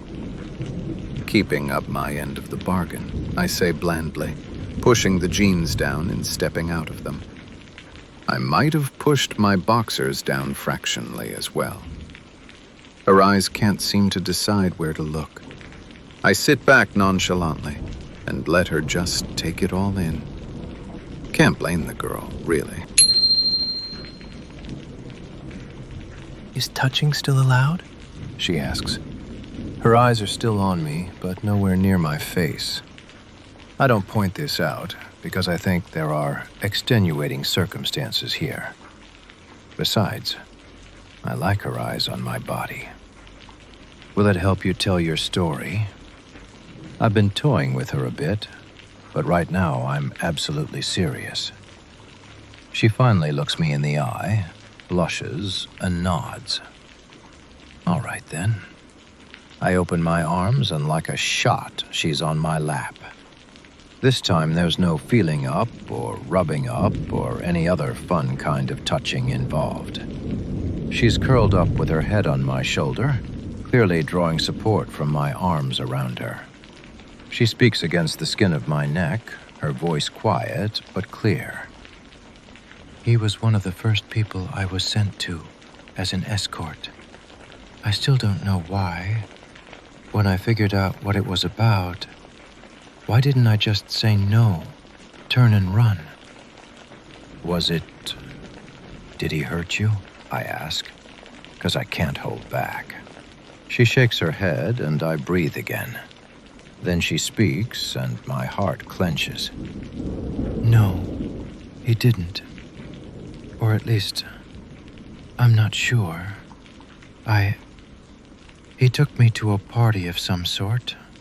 There were others, other girls like me, some younger than me, but it was not an orgy. I was always scared it'd be like that, the idea of being used like that. She shudders. I hold her closer. So I was always on my guard. I mean, okay, so this guy had me for the night, but I tried to be careful. She hides her face in my neck and I can feel the dampness of her tears. I want to comfort her, but freeze. Would my touch spook her? She surprises me yet again, reaching out to weave her fingers with mine where they rest on her hip. So I let my other hand stroke her soft hair, soothing her gently. I had only one drink that evening. I remember that much. He was pleasant enough, and I was relieved that he didn't absolutely repel me, so I dropped my guard a bit. We left the party pretty late. The next morning, though, I was bruised all over, and I couldn't remember how that happened. I got out of his hotel room fast as I could and got myself tested for everything under the sun, really. I was shaken up and so scared. I convinced myself that whether or not anything had happened, I had to get out of there. She looks up at me, brimful of anger and shame and fear. A couple of days later, my mom called, asked me if I'd grown out of being a prude yet. I ended up staying, being not a prude, for almost another month. I really want to meet this mother of hers someday. Someone needs to give her a reality check, and I'm obviously the man for the job. If I survive the daughter, of course. Have you told anyone else? I ask, unclenching my jaw with an effort. Didn't you think of reporting him? She shakes her head. I wasn't sure what had happened that night. Was I drugged? Was I imagining things? I just didn't know. She pushes out of my arms and stands, pacing and waving her arms around in agitation. How do I explain this, Andrew? It's not like I was blind to the kind of risks I was taking. I knew, but at that point I just didn't care. I didn't care what happened to me, or where I ended up, or in what shape. Out of the confusing mess of my thoughts, one vision emerges. Her expression of pure delight as we danced under the roses. I want that version of her for keeps. I can't imagine her as this person she's describing, so damn self-destructive and dangerously stupid. Her expression softens when she looks over at me, and it feels as though she yanked on my heart or something. What has this girl done to me? Maybe she reads the question on my face, or maybe she just wants to make doubly sure that my muscles really are as impressive as they look. Either way, she settles on my lap once again. It's killing me to try and reconcile this adorably shy and snuggly girl with the image she's been painting. I quietly breathe in the sweetness of her skin. I didn't stop with the escorting immediately, but I got more careful. More professional, I guess. Sex, money, that's all. And then, a few weeks later I finally came to my senses that one morning and left. I'm glad she can't see my face, because I'm in freaking agony. Despite how angry I am at her mother, and how disgusted I am with this man she's been telling me about, I am also unbelievably turned on. All that wriggling around on my lap, her softness all up against me, and God forgive me, but just hearing her talk about sex, in whatever context, I can't help how my body is reacting right now. I don't want her to know, though. She's opening up, and I think we can build on this trust. I want her, obviously, but I realize that I also want her around tomorrow, and the day after that. I want her around when the rain stops, and when I'm ready to open up. I want to share all the hidden, lost parts of myself with her. She's making me weave fantasies, and I'm terrified my crude, calloused fingers will rip right through the dream. So then, Seattle? I nudge, trying to steer my mind away from places it has no business being. Yeah, Seattle, she sighs. It's a happy sound, though. Who'd have thought I'd actually prefer cloudy, gloomy Seattle to sunny California, huh? She turns and giggles up at me. I can't resist, so I peck her nose. You're weird, I inform her. You're weirder, she counters. You have a collection of those dinky Russian dolls in your spare bedroom. Matryoshka dolls, I interject, but she ignores me. And I notice quite an impressive selection of porcelain teacups in the kitchen. You could host the Queen of England with that stuff. Where'd you even find such delicate, pretty pieces, anyway? I mumble, but she still hears me, as close as we are sitting. Yard sales? You visit yard sales to collect fine china? Is that where you got the 4 turntables over there? She tilts her head to the right, where my record players are tucked away. And why does she have to see everything? I swear it makes me feel more naked than... well, sitting here in my boxers. Noah, one of the guys at the garage, he loves yard sales, and I may have tagged along a couple of times. It's nothing. Sure, it's nothing, she gives me the raised eyebrow. Hey, he collects porcelain dolls, even bobblehead dolls, carved boxes, I protest. I just saw this stuff, and she silences me with a soft peck on my lips. I've got a bunch of music boxes. I spill my guilty secrets at her lips. And old silverware. Might as well get that off my chest as well. For some reason, she doesn't seem turned off. Instead, I see a gleam in her eye that I'm quickly coming to recognize. Will you show me the music boxes? I've always wanted to see one for real. When she looks up at me so eager, her hair wild and eyes bright, just, damn, we're off track again. Yeah, we can talk about it later. Tomorrow, maybe. If it keeps her with me a little longer, then so be it.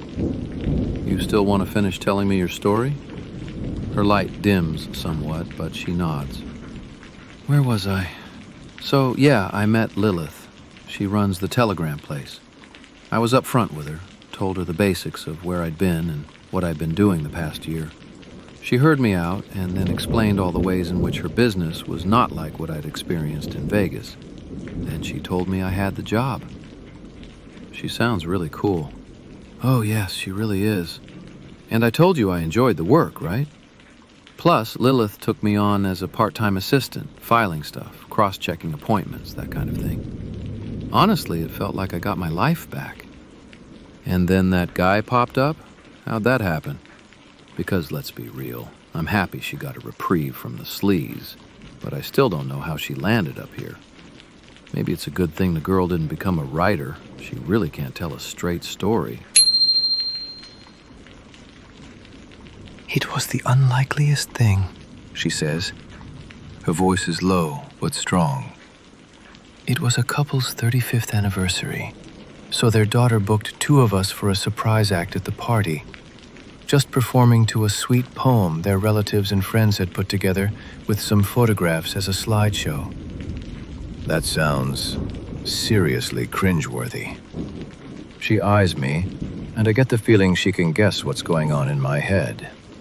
I nod so she knows I'm listening, but it doesn't take me long to spin off on a tangent about how creepy it'd be if she could actually read my mind, or how much cooler if I was the one who could read minds. Her boobs press up against my bare chest as she shifts to rest her head in the crook of my neck.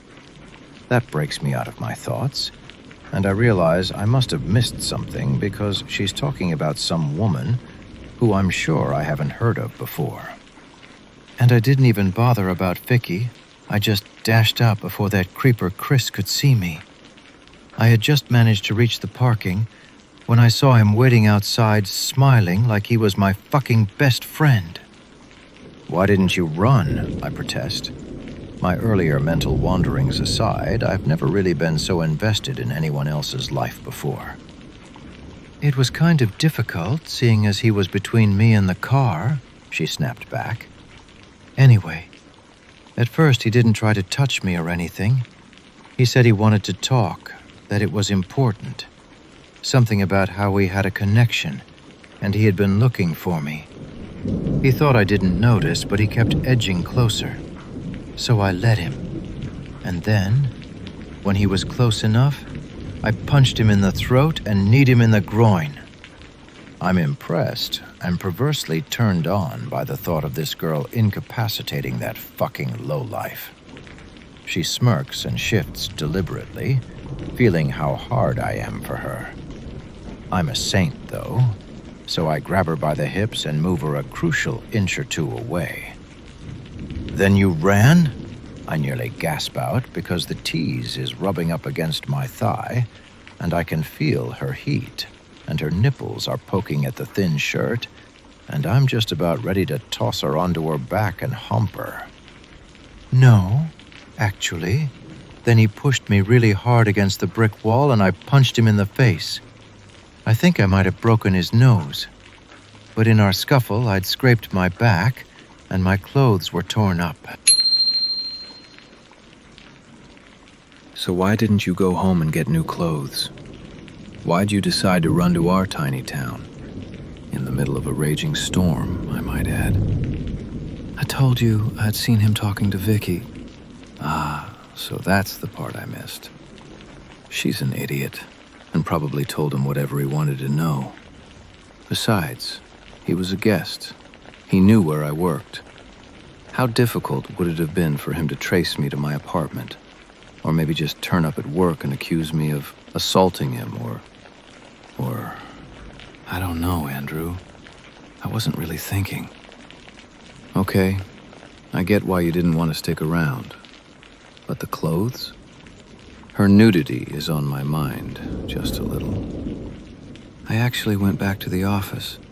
I had some spare clothes there, and I figured I'd get Lilith to take a look at my back. I nod, because her employer needed to know about this shit. What did she say? She was completely supportive. She even took pictures and called the cops. But I needed to get out of there, so I took a few days off and decided to come check out my dad's place. I've been meaning to, but with everything. Her hands wave around and I nod. Once I got close to this place, the trees, the roads, the smell of the timber, everything, it felt like I was home. I just wanted to reconnect with my childhood, I guess. She's looking a little defiant and a little sheepish. And if that isn't code for, I did something stupid but don't rub it in, then I don't know what is. What? I ask when she's quiet a beat too long for my taste. Nothing. I didn't do anything, okay? Oh, now I know for sure she did. I mean, I wanted to see the beaches down at Nia Bay. I used to love going there as a kid. I even found this little alcove I used to play in. I had buried treasure there and everything. So while I was there, I figured I'd climb the rocks a bit. When I was a kid, I'd seen the older guys cliff dive from there, you know? Did you ever do that? Well, now here's a question. Do I lie or go with the truth? Maybe something in between.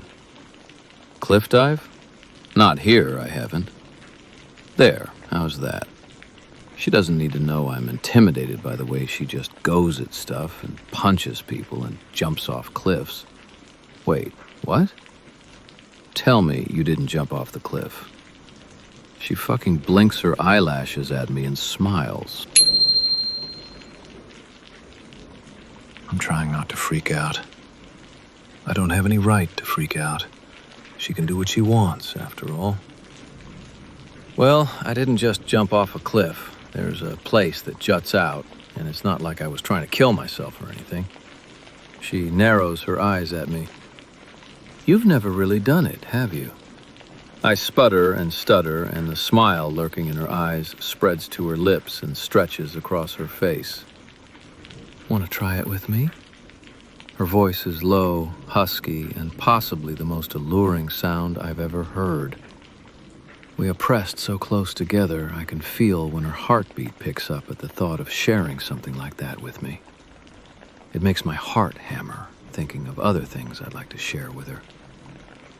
Ask me again, girl, just like that, and I'll do anything you want, I mumble, brushing my lips against hers softly, briefly. My fingers trail restlessly over her arms, and she shivers.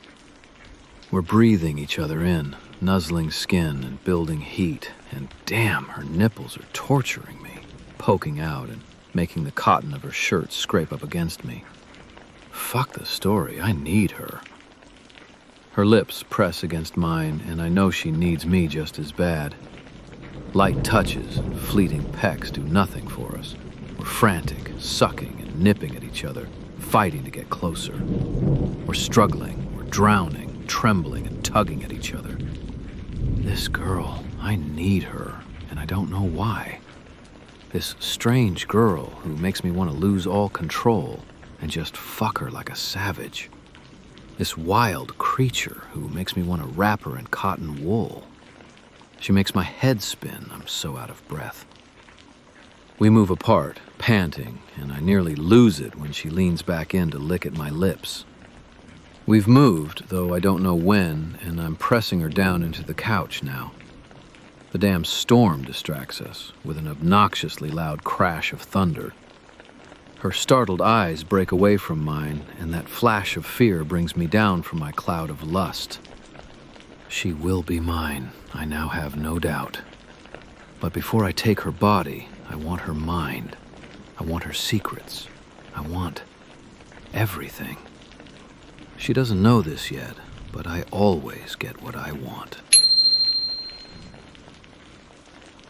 I stroke the soft skin above the waistband of her pajamas and kiss the even softer skin in the hollow at the side of her neck. Will the mermaids eat up our clothes if we cliff dive?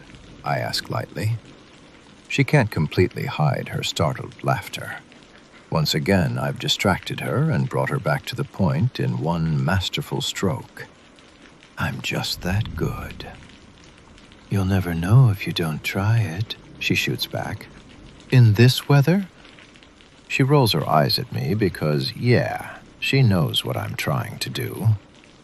So I peck her pink lips and force my body to pull away from hers, sitting back at one end of the couch. She follows with a highly indignant look on that pretty face and plants herself back on my lap, just as I had planned it. I can't help the warmth that spreads in my chest at the thought that she was as loath to put distance between us as I was. So, where were we? I was about to jump, I think, she replies, settling comfortably against me. Her head fits just right in the crook of my neck. If I turn my head marginally, I can catch a whiff of that enticing aroma I've dubbed Eau de Sylvia. It is very appealing and makes me want to head straight for a part of her anatomy where I know I'll get more of the same in a far more concentrated form. My mouth waters at the thought. I could see the storm clouds in the distance, and I knew it was still a way off. I lost myself there for a minute, I guess. Everything I'd been doing the past year, every time I'd been scared and alone, every time I let other people, my mom, dictate my actions, it was just too much to deal with. I jumped, and the voices in my head finally went quiet. I haven't felt that peaceful in a very long time. She's quiet for a beat, playing absently with the hair on my forearm. I swam out to my little cove easily and put my clothes out to dry. It's pretty sheltered there, and my car would hide me from sight anyway, so I figured it was safe to strip. I was actually pulling out my bag from the car to grab dry clothes when I thought I saw something. A steel blue sedan. She leans back and puts up a hand to stave off the questions that are begging to be asked. I don't know who it was, but I was shaken up because it looked like the car Chris drives, or the car he drove in Vegas anyway. Irrational, I know, but I was startled. I just grabbed my coat from the passenger seat where I'd tossed it earlier and pulled it on. She looks up at me through her lashes. The storm was getting closer, faster than I had thought it would. I freaked a little, I guess. I made it into town, but the rain was falling so heavily and, well, you know the rest, more or less. I'm torn between comforting her for the fright she got and spanking her for stupidity. I might just do both before this night is through, once I get over my disbelief at how unexpectedly tame the reason for her nudity is. You looked upset when you got here, I comment mildly. She fidgets a little, and I quirk an eyebrow. Do I need to strip down further? I ask, winking suggestively. I'm only half joking, though. I'd gladly do it for her, ignore my self-consciousness and discomfort if it helps her tell her tale. Such a sacrifice. She rolls her eyes at me and crosses her arms. I was shaken up, I suppose. I was just getting to a good place mentally when that awful Chris turned up in Seattle. It threw me, you know? And even though I know logically there's no reason for him or anyone to follow me, or anything, I'm still jumpy. Back at the garage at first, I was so spooked because I thought if he was following me, if maybe someone else was after me, they'd see my car. They'd trace me easily, and I'd have nowhere to run. She starts to shiver uncontrollably, and her eyes are dark and lost. I want to pulverize every asshole who has ever given her reason to feel this level of fear. Sylvia, I tilt her head up gently. I wouldn't let them get to you. No matter who it was, Chris or any of the other fuckers, or even the shadows inside your own head. I knock my forehead against hers gently. None of it can get to you here. Yeah, she scoffs. What are you going to do to them? More to the point, why would you bother? I'm here today, But when the storm passes, I'll leave. You aren't responsible for my mess now, and you won't have to ever think about any of it after tomorrow." "Are you serious?" I blurt out. "Because honestly, are we not in the same room? Is she not feeling any of what I am? You think I go for stripped story time with any random girl and cook for them and kiss them under the roses and tell them about my freaking doll collection?" She stares at me, her eyes still blank. Then she blinks and the clouds have parted. Even being annoying and pig-headed, she takes my breath away, and I know this is more than it should be. She's touched something in me, and I'll be damned if I ever let that feeling go. I shove her off my lap and she glares, but I stare back unflinchingly. The girl was being stupid, and she's got to admit to it. I've got to stay strong. This will set a precedent because, yes, I'm seeing this going somewhere beyond just tonight, beyond these crazy circumstances. I'm seeing her as more than just some random girl. I'm seeing her stand up from the couch and pull up her t-shirt. "What the fuck? What the fuck are you doing?" I sputter, trying not to choke on my own drool when she tosses the shirt away, making her amazing boobs jiggle. "Apologizing," she shrugs, shimmying back onto my lap and pressing our bare torsos together. Oh, she's good. The distraction is real. Okay, so I stole the line from Noah. He always says that when I want him to work, and he's busy salivating over his haul from the last yard sale. Like the time when we found that disgusting collection of glass pigs, for instance. I wanted him to toss the ugly things, and he wanted to spend the day cleaning them, making the damn things shine. Guess who had to stay late, detailing a disgustingly dirty truck? Yeah, not the piggy cleaner, that's who. Sometimes I wonder who runs the place. Sylvia rubs her nose up the side of my neck, making me squirm in the best way. Damn, I didn't even know having someone sniff you could feel that good.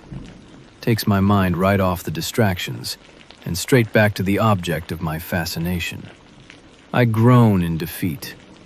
Not that I don't appreciate the half-naked girl in my arms. Oh no, I've wanted her this close and closer even before I knew she was naked the first time round. No, it's just that I'm at the cusp of losing my control, and the first time I take her, I'd like to impress her with my stamina, give her multiple orgasms, make her forget her own name, and the names of any other fuckers who have ever been within touching distance of her. You know, the usual. But that sure isn't likely to happen if she's going to make me come by merely breathing.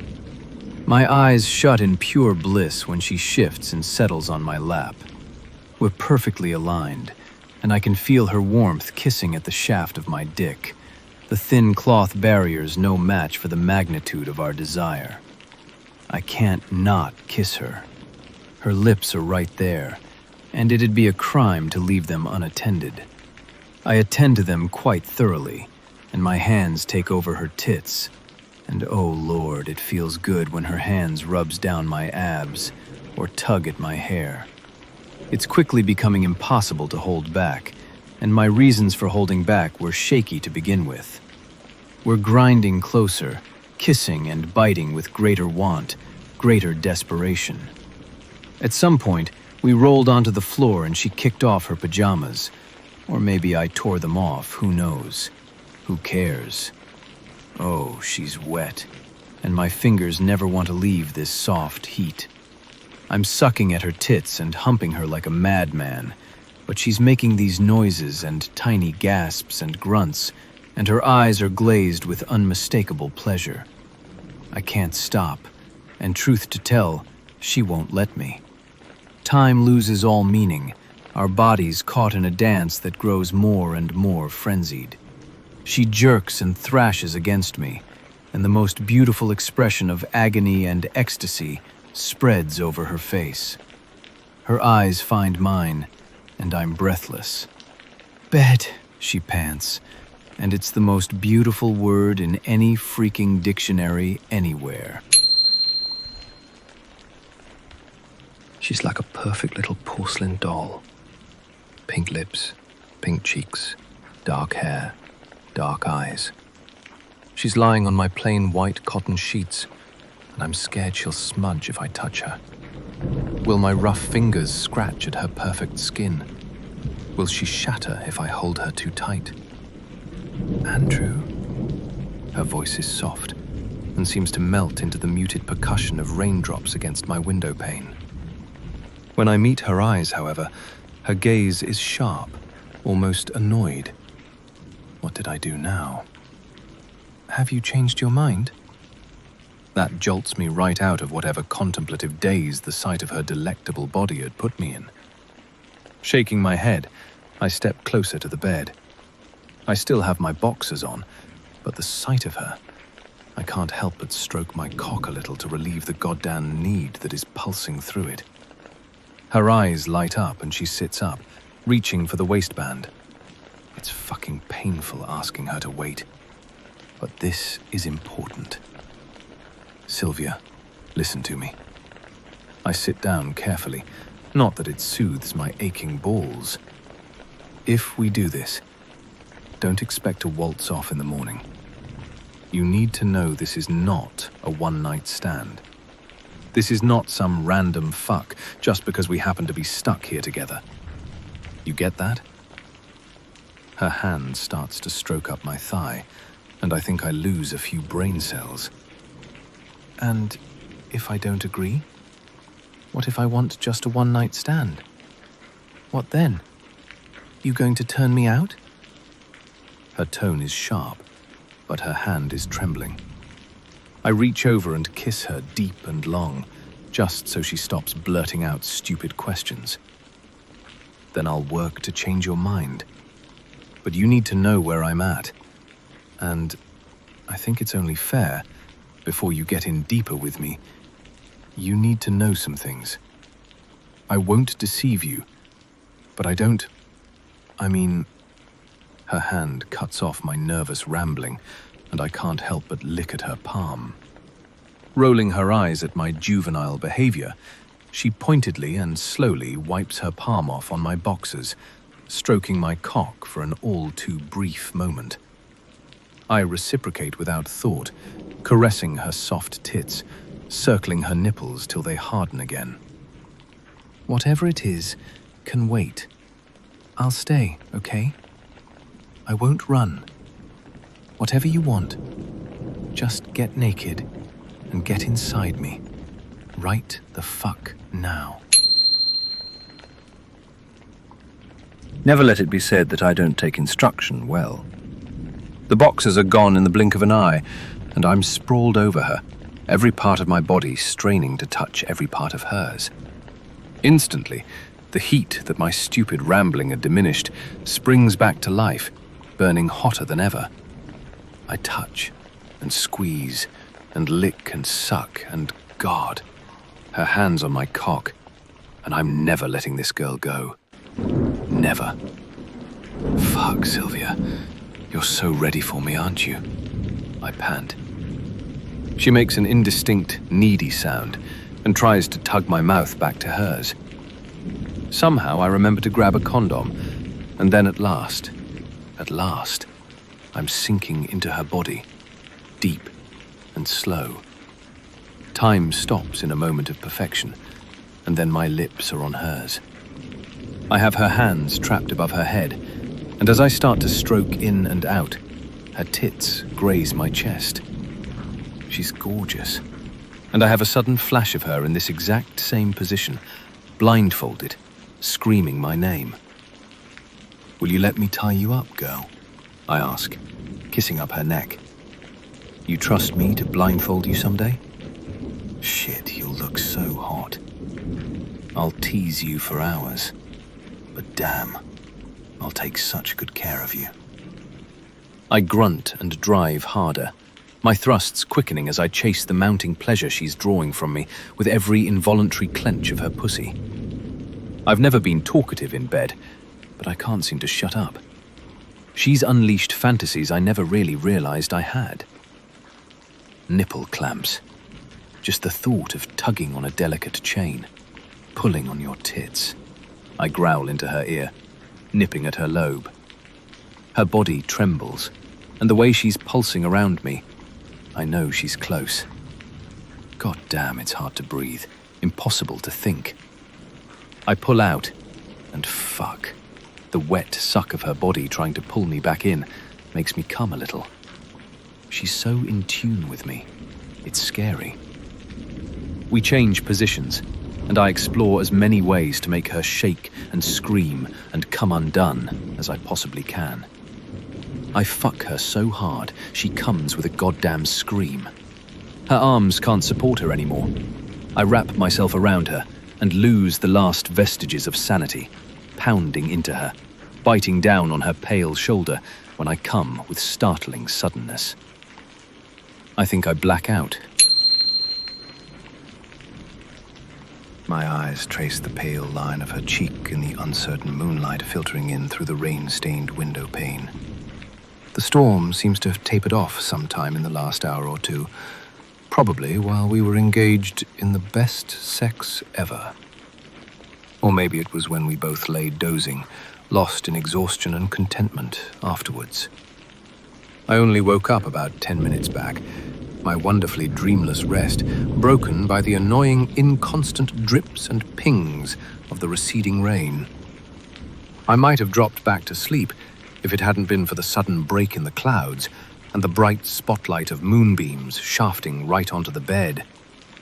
I might have drawn the drapes and slept if it hadn't been for the way her body glowed in the starlight, radiant as the sprites of my childhood imagination. Fancies that I thought I had buried years ago, right next to my naivete and faith in things like miracles and goodness and love. She is so much more than I had expected to find in one person. It's unsettling me. For a moment, my wary heart tells me to get away from this strange girl who has my insides churning. But the very next moment, my arms are drawing her closer.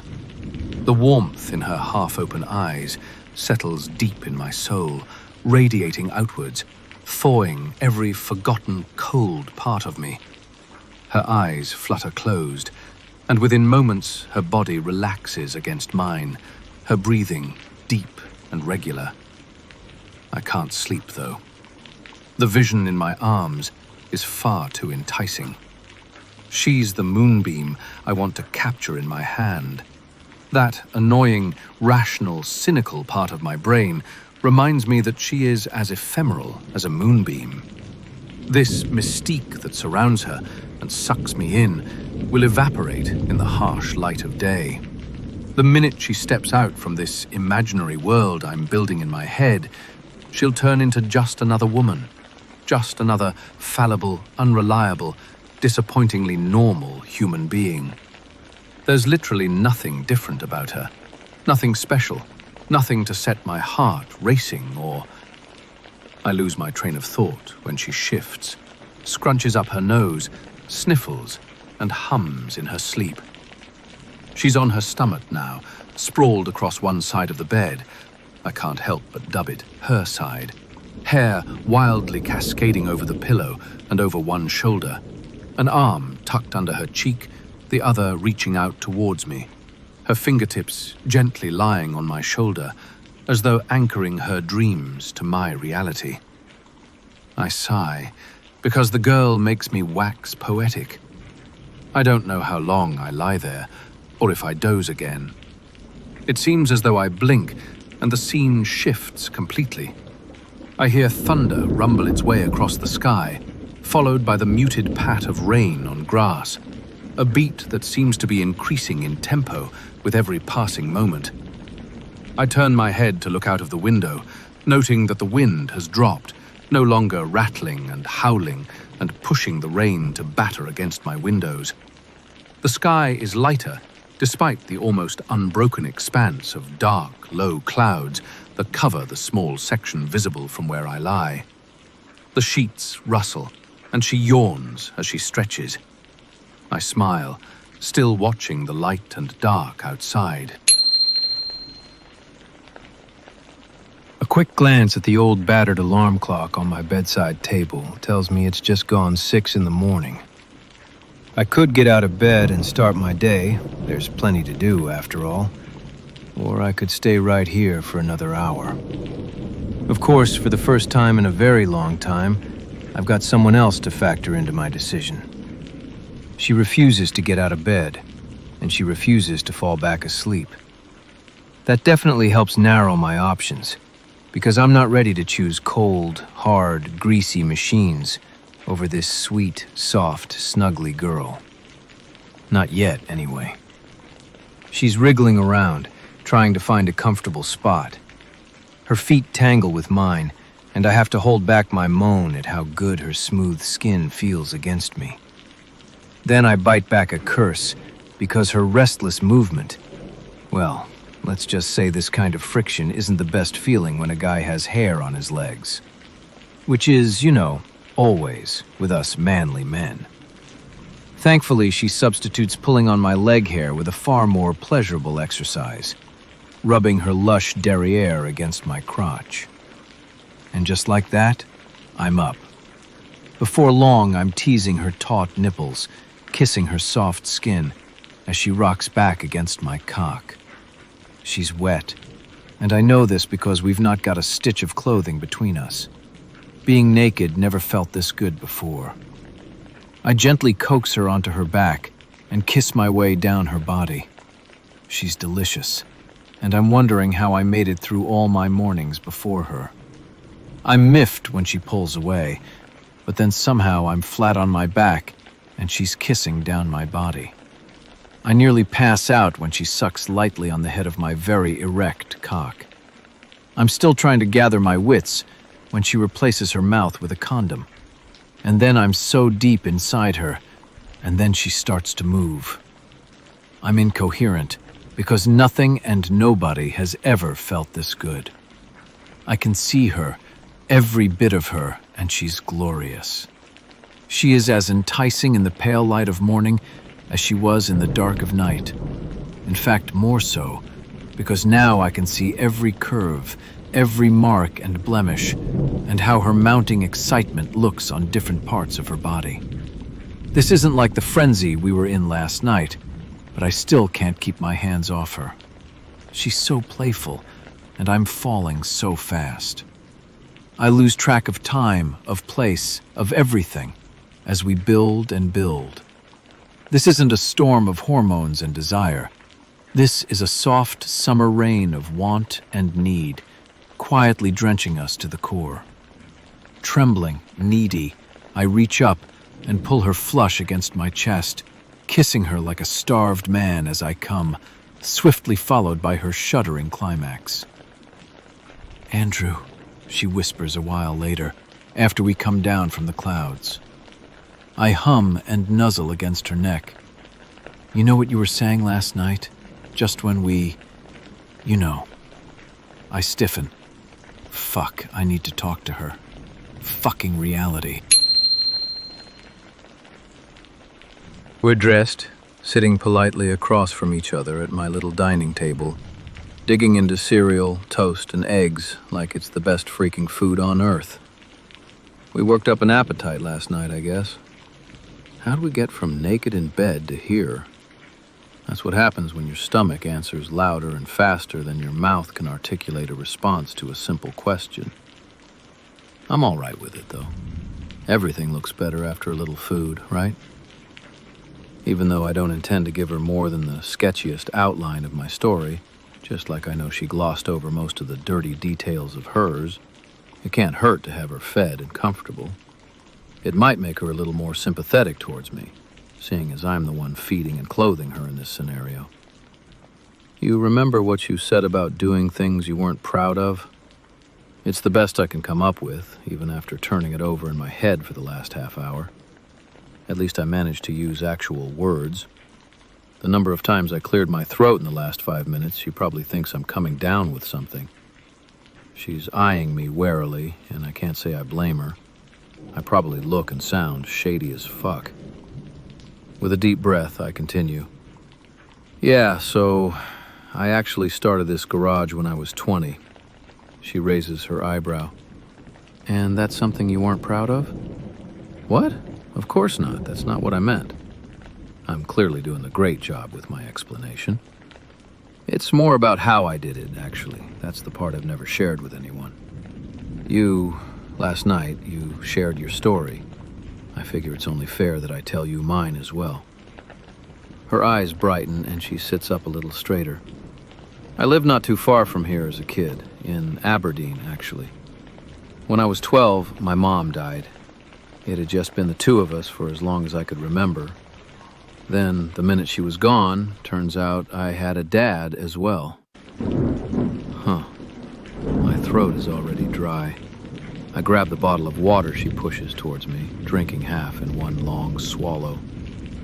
To this day, it feels surreal to think of them, existing even. Anyway, he lived in Chicago, so that's where I had to move. Her gaze is a question I don't need words to understand. I shrug. It was okay. He was okay. I was actually glad he never tried to be too friendly. That would have been... I shake my head. So much for not giving her any details. I always end up spilling my guts to this girl. I was 16 when I came up with a plan. I knew I wanted my own life, away from him, away from the city. I wanted to come back home, or as near it as possible. I knew I needed money, so I started earning it any way I could. She sits back and just looks at me. Then she gets up, walks around to where I'm sitting, and leans up against the table. After a beat of silence, she reaches out a hand to stroke through my hair. I want to curl up with my head in her lap, spilling all my pain, all my loneliness, every stupid, messed up thing I've ever done. I want her to know, and I want her to stay in spite of it all. What did you do? She finally asks.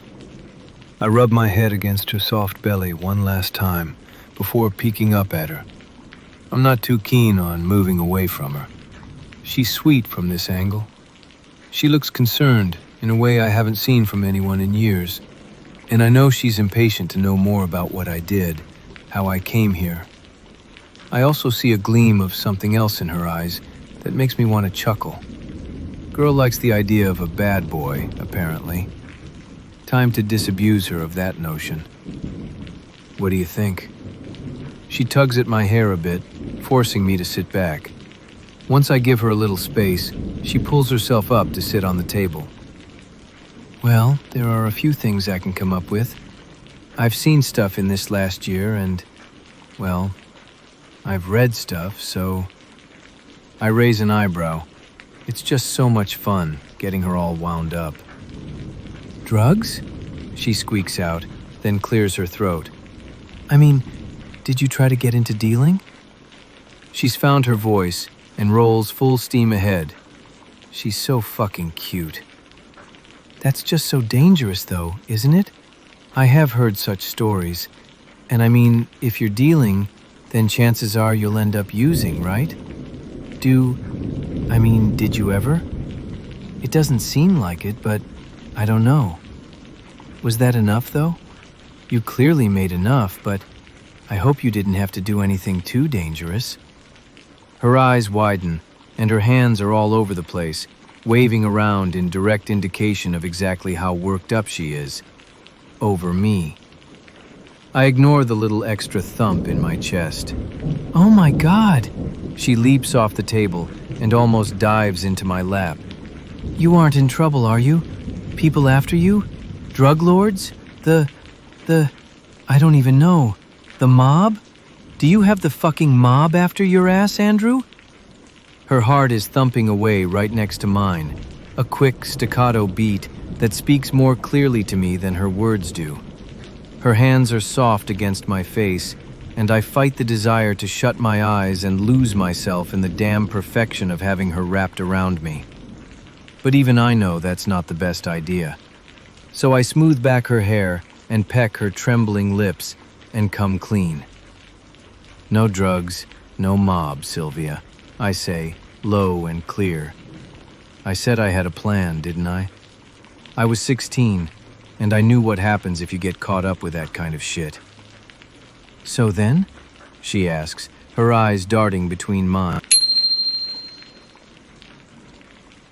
You're sitting in the lap of a very accomplished thief. She doesn't react. I let her have a minute, for the idea to sink in through her thick mane of hair. I stroke through it for good measure. Finally, she blinks and shakes her head slightly. I'm sorry, what? I thought you said you were a thief. An accomplished thief, I correct her. She narrows her eyes and pushes against my chest. Right. You expect me to believe that you did what? Hold up a few stores? Shoplift? There's no way you could have stolen enough money that way. Or, not gotten caught. Enough teasing. Tell me the truth now. That's the thing with girls. You tell them the truth and they refuse to believe it. You make up a damn fantasy and they're hooked. I'm momentarily tempted to spin a yarn, but I know that's not how I want things with her. I want her, and I want it to be real. Even when real just makes her roll her eyes at me.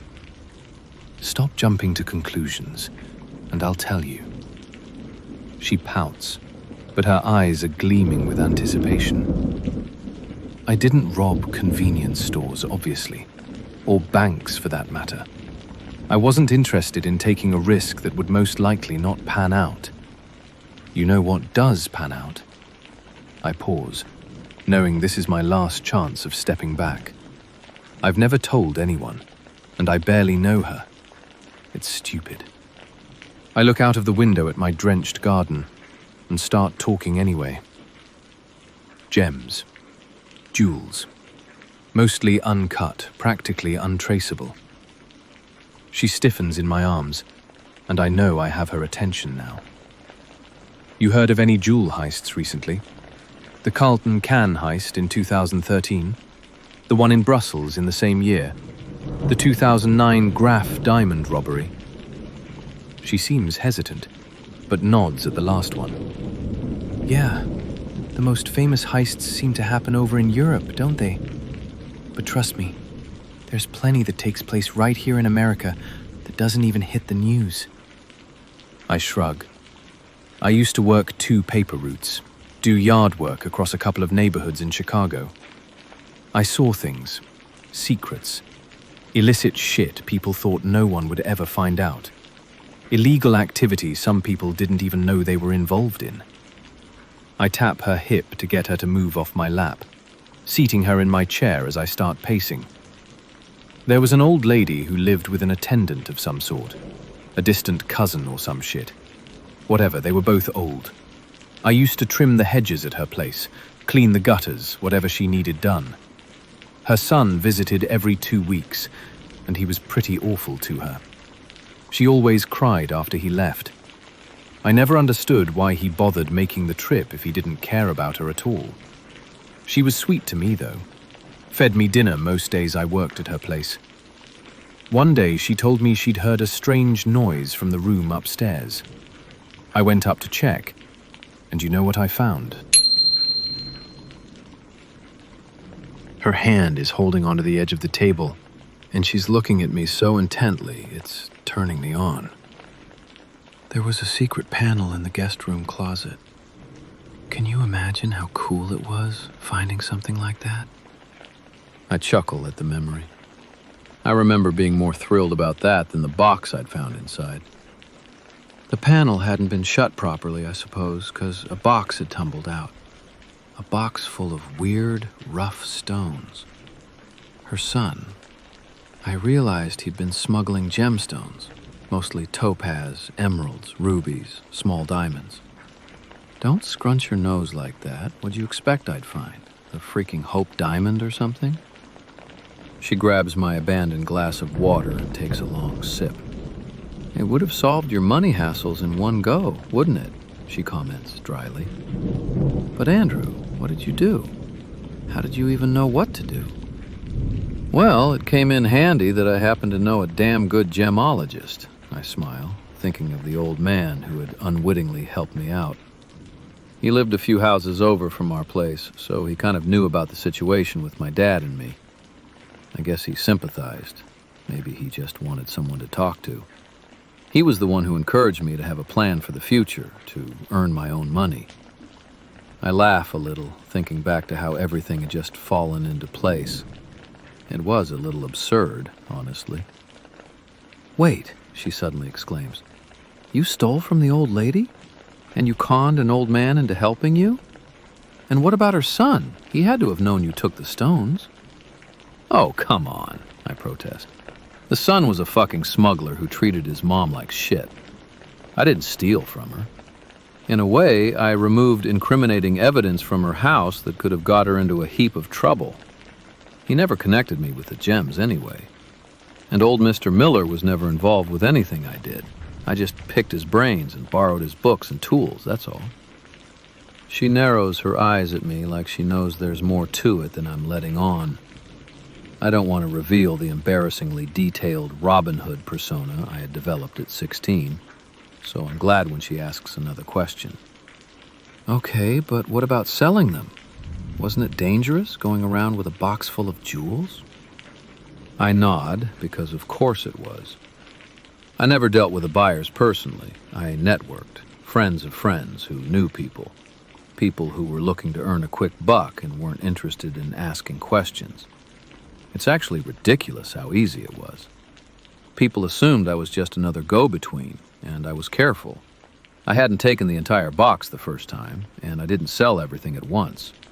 I knew I would need more sources. I couldn't depend on that fuck-up. And you know, when I started looking, I tapped into a thriving network of jewel thieves. It was almost like coming home. She's on her feet and in my arms before I even realize she's moved. After thoroughly expressing her agitation by twisting my ear and shaking me as best she can, she hugs me close and speaks against my chest. "But what if you'd gotten caught?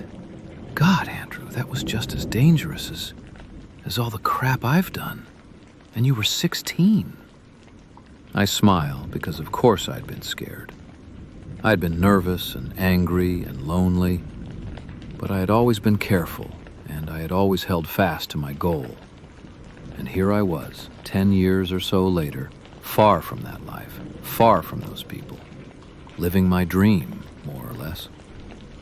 I look down at the girl in my arms. Strange how dreams can change. She declares that we need to snuggle in bed with hot chocolate. I'm not going to argue with that logic. The rain is sheeting down again, and it's unlikely to clear. Just the sight of the leaden skies is enough to dampen any enthusiasm I might have been trying to generate for work. I don't want to leave her side anyhow. We're working together in the kitchen. She's making the chocolate, and I'm clearing up our dishes from earlier. I set out a pair of matching mugs, a bacon and eggs pair that my pals Joshua and Noah gifted me for my birthday last year, and she pours out our drinks. I distort the dancing spirals of steam rising from her mug to add a handful of marshmallows, and she smiles. It makes my heart skip a beat or two. My revelations don't seem to have scared her away yet. I briefly consider opening up about the seamier side of things, the shady deals and the unexpected violence I dealt with in the 4 years I moonlighted as a jewel thief. But maybe there should be a limit to the details I share with her. If nothing else, it's safer for her to know as little as possible. After all, 10 years mean nothing to thugs who've been swindled and bested. I always found it odd, considering what they do on a regular basis, but they do seem to take it personally if someone else does the stealing and duping. Oh well, it's pointless anyway. I've moved on. Uncut stones hold no appeal for me today. Not that I ever had the kind of gem fever that many of the others did. It was all a means to an end for me. Unfortunately, some people refuse to see things my way. They couldn't comprehend having a goal that didn't involve sparkling, shimmering bits of rock, generously sprinkled with the thrilling adrenaline rush of sneaking the baubles away despite increasingly ridiculous levels of security. I suppose everyone needs to have a reason to get up in the morning. That's theirs. For me, it was always about coming home. I couldn't deal with Aberdeen, though. Not with the confused and conflicting memories I have of life and death there.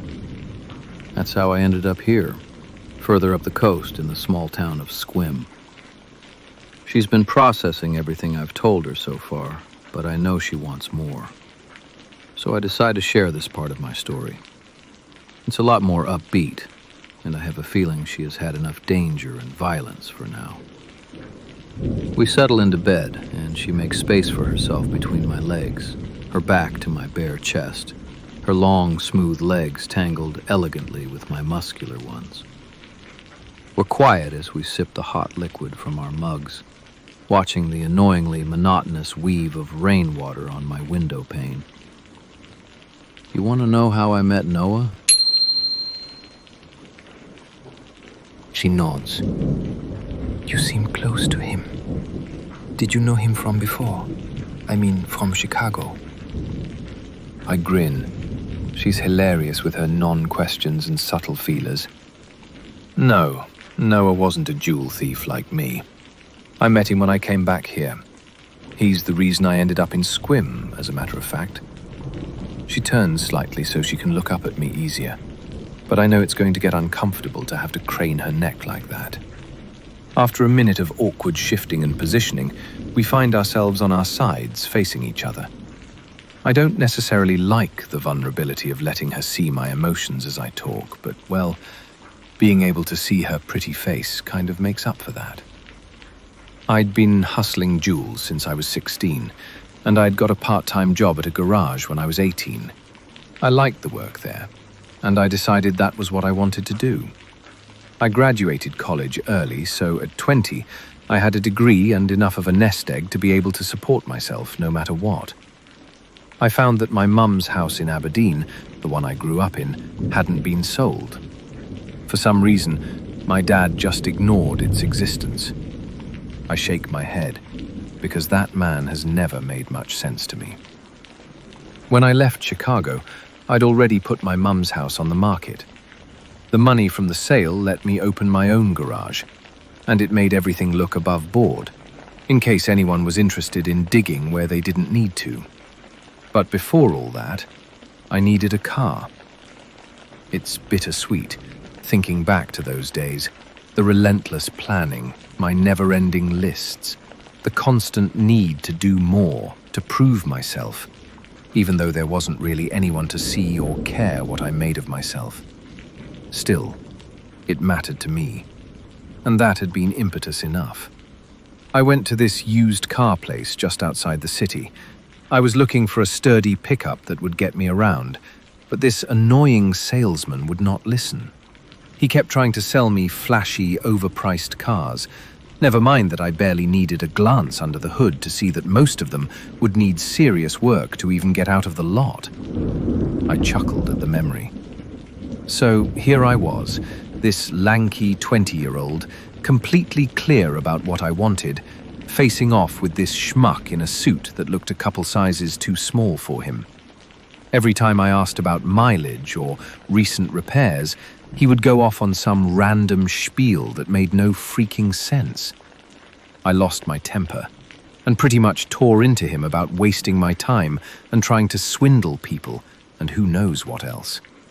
But by the time I was done, he was laughing his arse off, and then he offered to buy me a beer. I was pissed, but well, free beer, of course I accepted. That was Noah, she gasps in between her laughter. I nod and shrug. That was Noah. I don't think I've heard of too many used car salesmen who turn mechanic, she muses. Definitely not what I expected. I can't hold back my grin. Noah doesn't really do what you expect him to, actually. He was so thrilled that I knew what I was talking about in that car lot back then. He pretty much declared us blood brothers right there. I think he anointed me with beer or something. He claims he did, anyway. That night is a bit hazy in parts. She snorts and pokes me in the side. From the free beer? Such a guy thing. I waggle my eyebrows at her, but I'm also wondering why she's never had that kind of experience. Doesn't everybody score free drinks at some point? She rolls her eyes and stretches so that a tantalizing gap appears between the hem of her t-shirt and the waistband of the pajamas she's wearing. Just like that, the low hum she incites in my blood cranks up a notch. I catch her glancing at me surreptitiously, and we're both hooked. The anticipation builds and builds, even though neither of us moves a muscle towards the other. Her gaze turns more sultry and alluring the longer I refuse to look away. It's like we're trapped in a cage of want that it's unlikely we will ever choose to leave. When it feels like I can't stay away another moment, I break the connection, flipping onto my back and trying not to let the trembling in my veins break through my skin. I can feel the waves of desire radiating off her body, and damn, I already know we won't last long. I can hardly wait to give in. "So how'd you end up in Squim?" she asks, her voice husky and dripping with promise, completely at odds with her prosaic words. It thrills me that we're both playing the same game. Noah's from here, but moved to Aberdeen looking for work. He didn't have much luck with that, and the car salesman thing was sort of the last resort. When he found out I was looking to open a garage, he practically demanded that I set up in Squim and take him on as a mechanic. I wasn't so sure, especially given the crap cars he'd shown me earlier. But Noah, well, he's relentless and he makes it damn hard to refuse. Next thing I knew, we were on our way here. We drove around, just getting a feel of the place. The minute I saw this house, I knew this was it. I got lucky because the owner was looking to sell, and the adjoining lot was available as well. I bought both and built my garage. Well, the entire setup you see here. She's so into my story, her eyes are glowing, and I am reasonably certain I just earned myself a makeout session. Or maybe even a blowjob. I love how my weird shit turns her on. The hum between us intensifies, and of course that is the exact moment someone walks into my house, slamming the door shut.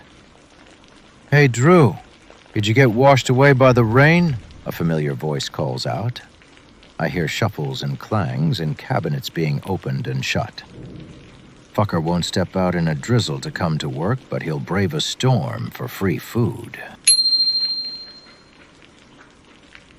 Sylvia and I sit up and stare at each other for one stunned moment, before I scramble from the bed, grabbing at my jeans in a not-so-graceful dive and pirouette. I turn back at her soft sniggers and merely fall over at the sight of her languidly stretching in my bed, back arched, tits rising up appealingly. I stumble and bang my knee on the bedside table. "Careful," she teases. "What are you so worried about?" I pause and straighten. "You haven't met Noah. He could..." She smiles, gets out of bed and saunters over, leaning up to kiss me soundly. I doubt he could do anything to top what we did last night. Then, with a saucy wink and extra sway in her step, she walks out of the room. I chuckle, because I can't help myself. She's got a point. I was in bed with a gorgeous woman in my own house. It's no one else's business, and it's not something I'm ashamed of. If anything, it calls for some serious chest-pounding and bragging. I chuckle and pull on a t-shirt.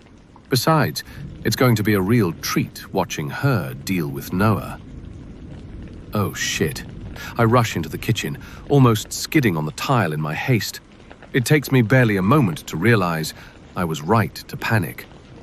At first glance, Everything seems remarkably normal.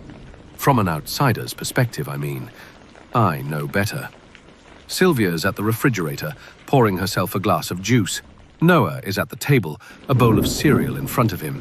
His spoon is suspended in midair, and his mouth is still open. The only sign of life is the way his eyes follow every movement Sylvia makes. She turns and smiles brightly at him before joining him at the table. The fucker lights up like a fucking bulb, all handsome face, white teeth and wide grin, those greedy eyes of his gleaming like they do every time they spot a particularly good bargain on his ugly porcelain dolls. Except she isn't an ugly porcelain doll. She's a gorgeous, flesh and blood girl. His reaction to her is hardly a surprise. No, it's her reaction to him that makes me pause at the threshold. She's still smiling at him. It makes me frown when I recall how long it took me to tease out anything more than suspicious glares and fearful glances from her last night. And Noah just bumbles in and... what? She's all sunshine in the rain? I grit my teeth and walk in. Her eyes flicker over me before settling back on the interloper. He doesn't even bother to acknowledge me. Stupid fucker with his stupid cut-off t-shirt showing off his fucking tattoos. Did he just flex his biceps? Did she like it? How'd you get in here? It takes the fucker a moment to tear his attention away from my girl. That's right. Mine, I think. I have a key, he mumbles, around a mouthful of cereal. Oh, and you have a fallen tree in your driveway, did you know? I cast him a withering look, but it's wasted because he's staring at Sylvia again. It's like the ass hasn't seen the girl before. She's oblivious, looking out of the window. It's not raining now, but I suspect our reprieve won't last very long. Andrew, she turns back to me. I want to kiss away that wrinkle in her brow. Do you think we can get to my car? I could get my bag at least. Maybe you could take a look, see what's wrong with it. I nod, because she's right. Our night is over, and it's time to return to the real world. I can't help the wistful tug inside, though. I wish I could paint my reality with the ephemeral magic we shared last night. Sure, give me your keys and I'll get your bag. Noah, get to the garage and find the chainsaw. We've got to get the driveway cleared. We're hacking away at the fallen oak. She's in my house with her bag. I know it's irrational, but the idea of Sylvia wearing her own damn clothes makes me feel like she's removing the last signs of our night together. My axe hits the splintered wood with a solid thwack. Noah, the dumbass, couldn't find the chainsaw, but that's all right with me. It's strangely soothing to be out in the misting drizzle, the peace of the morning unbroken, except for the rhythmic swoosh and thunk of our axes. I can feel the muscles of my back and arms bunch and release with each movement. Our t-shirts are clinging to our bodies, thanks to the rain and the sweat we've worked up. Damn, I kind of wish Sylvia was here to see me right now. I've read more than a couple of books where the girls find this kind of manly display of basic physical skill extremely arousing. A decisive crack of wood breaks me out of the semi-meditative state I was in. Right, Noah. I look him over critically for a moment. He's about as tall as me, muscular and good-looking in a friendly, shaggy, dog kind of way. His tattoos are pretty badass, though. He definitely has that over me. Maybe it's a good thing she's not out here watching us after all. So, you think Sylvia's going to stay in sequin? I purse my lips and hide under the hood of her car. It wasn't too far up the lane, so it didn't take much work to get it back into the garage. Seriously, man, she's hot.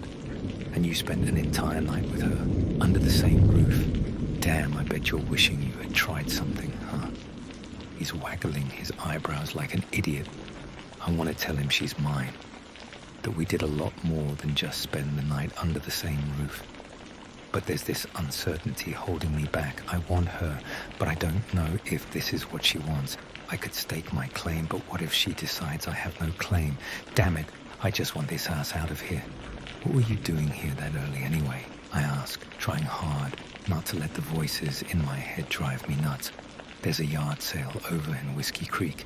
I got inside info they have some rare porcelain pieces. Fuck the storm. This isn't something I was going to pass up. You want to head out? That's fine by me, I say, all smooth and gently suggestive. Unfortunately, this fucker never takes a hint. Nah, man. Did you not notice the living doll I saw over at your place? He gestures like a madman. I want to wring his neck.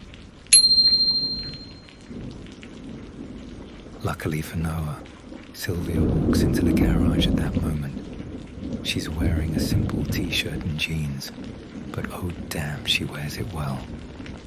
She tosses me a smile and wink, making her way to the couch.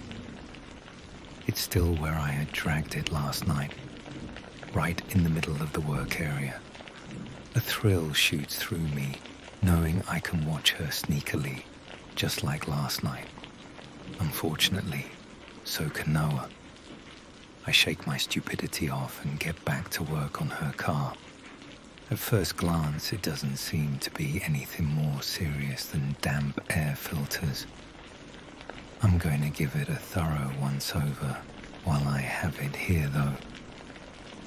While she was telling me her story last night, there was a part of me that was on tenterhooks, hoping she hadn't landed up in the middle of nowhere with car trouble while making her great escape.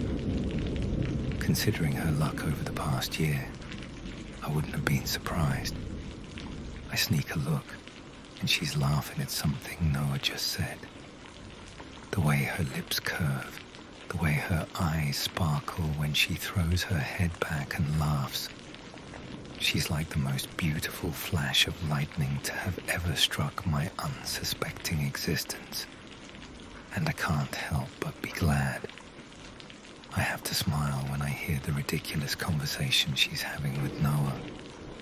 She's got him talking about his yard sale collections, and while it is admittedly easy to get him to talk, the depth of interest and the intelligent questions she's asking, he's hooked, and he doesn't even know the half of it.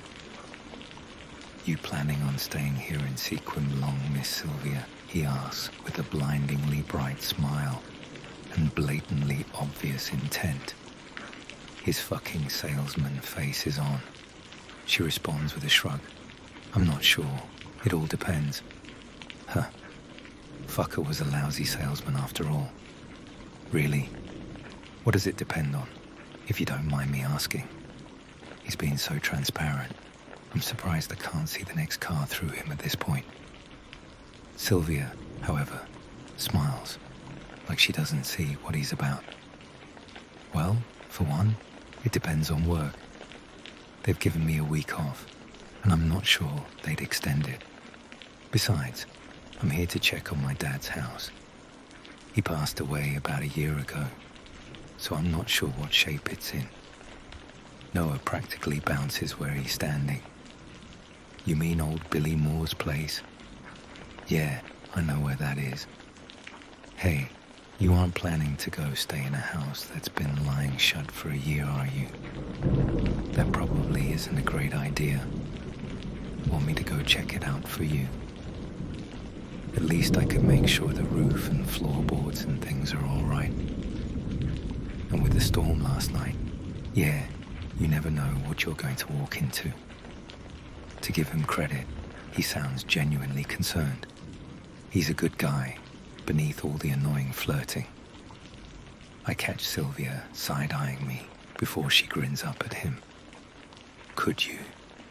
That would be such a help. I don't even know when I'll be able to get there. What with the car and all. And to go to a leaky mess of a house in this weather. He's flung away his tools and scampered to the door almost before she's done talking. She's wrapped around my body her lips hot and demanding against mine, almost before he's out of the door. She's insatiable, her hands in my hair, tongue in my mouth, and holy hell, this is what I've been craving. I'm holding her close, but I need her closer. She's writhing against me, her desire obvious. I would have laughed at her needy, frustrated growl if I wasn't just as far gone. I slide my hand under her t-shirt and groan because it's not enough. I need more of that smooth, soft skin. I need more of her addictive, heady flavor on my tongue. I need to get her out of these fucking jeans. Stumbling, fumbling. I can't let her go long enough to get to the couch. Instead, I press her up against the nearest car, grinding against her as I try to work her shirt off. It takes me a moment to realize she's pulled away, but things come into sudden, sharp focus when she smacks me at the back of my head. What? Fuck. What was that for? She crosses her arms and raises an eyebrow. I don't know. You tell me. What was up with you all morning? 1 minute we're in bed, and the next thing I know, you're practically ignoring me. You didn't even introduce me to your friend. I had to do that shit myself. My eyebrows shoot up because really, excuse me, if I was taken aback by all the flirting you were doing with Noah. I didn't even know what to tell him about us at that point. Flirting. She's seriously pissed now, and her agitation is clear in the flailing of her expressive hands. I was being polite to your friend, someone I thought was important to you. And what do you mean? What to tell him? What do you think we are doing here, Andrew? You were the one who said it wasn't a one-night stand. So why would you act so cold? Was it just a bunch of meaningless words last night? She's worked herself up into a state, and I can see the tears shining in her eyes, with a lifetime of hurt behind them. But it's her frank bewilderment that cuts through my stupid haze of jealousy. I'm standing gaping at her like a fool, but all my annoyance, anger, frustration, it immediately ebbs to a point where I can at least try to see things a little objectively. Shit. Everything that has happened this morning suddenly looks a lot different, and I know I fucked up. I try to speak, but she shakes her head.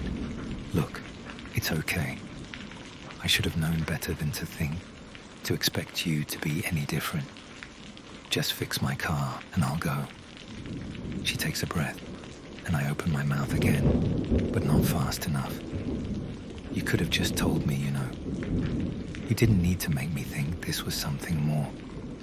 I finally figure out how to stem her endless flow of needless words.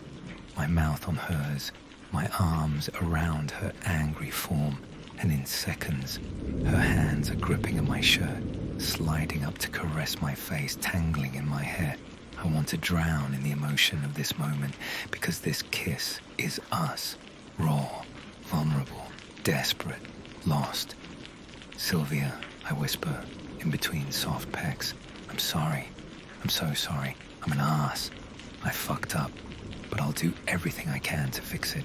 I can feel her shudder and the way she draws in a deep breath. I stroke her hair back and drop kisses all over her forlorn face. She looks a lot like I feel, reeling in the aftermath of an emotional storm we never saw coming. Her lashes are wet when we part. No, I'm sorry. I shouldn't have assumed.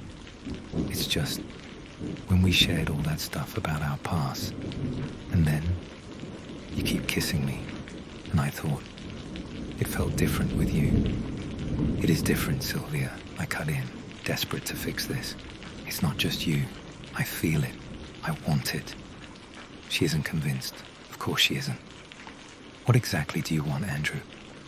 Well, that's easy. You. She huffs, pushing at my chest. I know I messed up, but I'm a fast learner, I insist with a grin. Yeah? She asks, regarding me through her long lashes. The way she looks at me makes my heart race. What have you learned so far? Well, for one, I've learned that I'm in her good books again, but I don't need to gloat about that. So I go with the other, not so exciting stuff I've learned in the past 18 hours, or the last 5 minutes, whichever. I've learned that I have a jealous streak where you're concerned. I've learned that I really didn't want to share our time together with anyone else. I've learned that you're scary when you're pissed, but that it turns me on. I don't like to see you looking sad though. And I definitely don't want you to think this doesn't mean something to me. It does. It's important. In fact, I think we need to sit down and have the talk. The talk. Her eyes are laughing at me, though she keeps a straight face. Yeah, the what do we talk? Humans, last I checked. I adore her sassy face, but I don't want her to know yet how much of a hold she has on me. So I roll my eyes. Focus, child. We need to talk about our relationship. My hands are all over the place. I think she's rubbing off on me. Or maybe it's expressive of that small part of me that can't believe I'm actually saying all this. I've never been at this place before, let alone so soon after meeting someone. I couldn't handle the insecurity of thinking you were going to choose Noah over me, and I actually like the guy. I need to know we're committed, and you aren't interested in anyone else. And I need you to know that I'm not. I mean, there's no one else, just you. You're cute when you flail, she says with a smile. But I agree. We should talk, especially if we are really going to have a relationship. She almost giggles around that last word, and it warms me. I look around the garage. Okay, so then, should we do this back there at the couch? There really isn't any suitable alternative here. Let's talk back at the house, she suggests, stepping closer, right up against my chest. Right after I take care of something of extreme importance. Yeah, what's that? My voice is low and rough, because I'm beginning to get the picture here. And damn, it's pretty perfect. Sylvia has the best ideas. Okay, so maybe not things like the stripping and working as an escort, or even cliff diving, but ever since she's met me, it's like she's tapping into her inner Einstein or something. Case in point, strip story time last night. I mean, that was inspired. And right now, in the backseat of this BMW, she's completely blowing my mind. She tossed her t-shirt onto the front windshield before hustling me into the back, so it's a partial curtain against reality. It's like we're in a parallel universe of awesomeness, because reality can't possibly be this good. Oh, so good, especially when she uses her bra to tie my hands together and tucks them under my head. She takes a moment to enjoy the side of me spread out at her mercy. I'd say I have the better view. Or, even better, when she pulls apart my buttonfly and debriefs my extremely excited erection. Lust lies thick in the air between us, but my cock swells thicker when she leans over and takes it into her mouth. Just like that, no preamble, no preliminary build-up of anticipation. Just her wonderful, soft, warm mouth sucking me in like she can't bear to be away from it another minute. Either I was a saint in a past life, saving puppies and old ladies, or this is God's way of compensating for every moment of hurt and loneliness I have experienced in this life. She licks down just under the head of my cock, and coherent thought is gone. Pre-cum leaks, and she leisurely strokes my cock, bringing it to her lips and painting them as though with gloss. It's a superhuman effort not to come at the sight. All when she licks every drop of her lips, or when she decides to coat her nipples with the fluid before dangling her tits like succulent fruit over my open, panting mouth. It's a strange, sharp flavor, but beyond that, I detect the sweet taste of her skin, and it drives me absolutely crazy. I'm licking the hard nipples, scraping them with my teeth, rubbing my face against her soft, heavy tits, sucking them into my mouth, lost so completely in her that I don't even realize when she pushes off her jeans and underwear. My cock notices this interesting state of affairs first, but then he's got a vested interest. The restraints on my arms were more notional than real, and it's the matter of a moment to free myself. It's a strange kind of bliss to be able to touch her. In fact, it's all bliss after that. Inside, outside, binding us both together. Waves and waves of delight. It tickles where her breath hits the side of my neck in the irregular spurts. I protest when she tries to move, though. We're making a mess, she observes after a moment. I grunt something incoherent and shift her just enough so I can drag off my t-shirt. She obligingly uses it to clean us up, tossing it somewhere once she's done. I can't care where.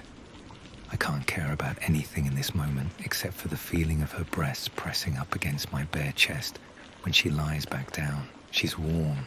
I'm alive. Her giggle makes me smile. I open an eye and look a question at her. We fogged up the windows, she points. You're right. What should we do about that? I ask lazily, running a finger up and down her spine. Even her goosebumps are pretty. The quiet intimacy of the moment is broken by a herd of elephants charging into the garage. All right, it's just Noah. Again. But he is noisy as hell. Sylvia, I got some bad news. And some. Hey, Sylvia, Drew, where are you guys? Oh, great. They probably went back to eat. Damn, they should have waited for me. Wonder what's for lunch. Sylvia and I share a wry look before her eyes twinkle with sudden mischief. She winks and places a finger gently against my lips. We wait in silence, listening as his loud monologue continues through the garage, closer and closer to where we lie. We know the moment he spots her t-shirt on the car's windshield because he stutters and chokes on air. His hacking cough has barely died down when Sylvia reaches out to the nearest window and places a perfect handprint on the glass before dragging it through the condensation in excellent imitation of that scene from the movie Titanic. Then, we ruin the moment by breaking out into uncontrollable laughter. We pull on our pants, which is quite an awkward act to perform inside the confines of the car before I hop out to grab her top.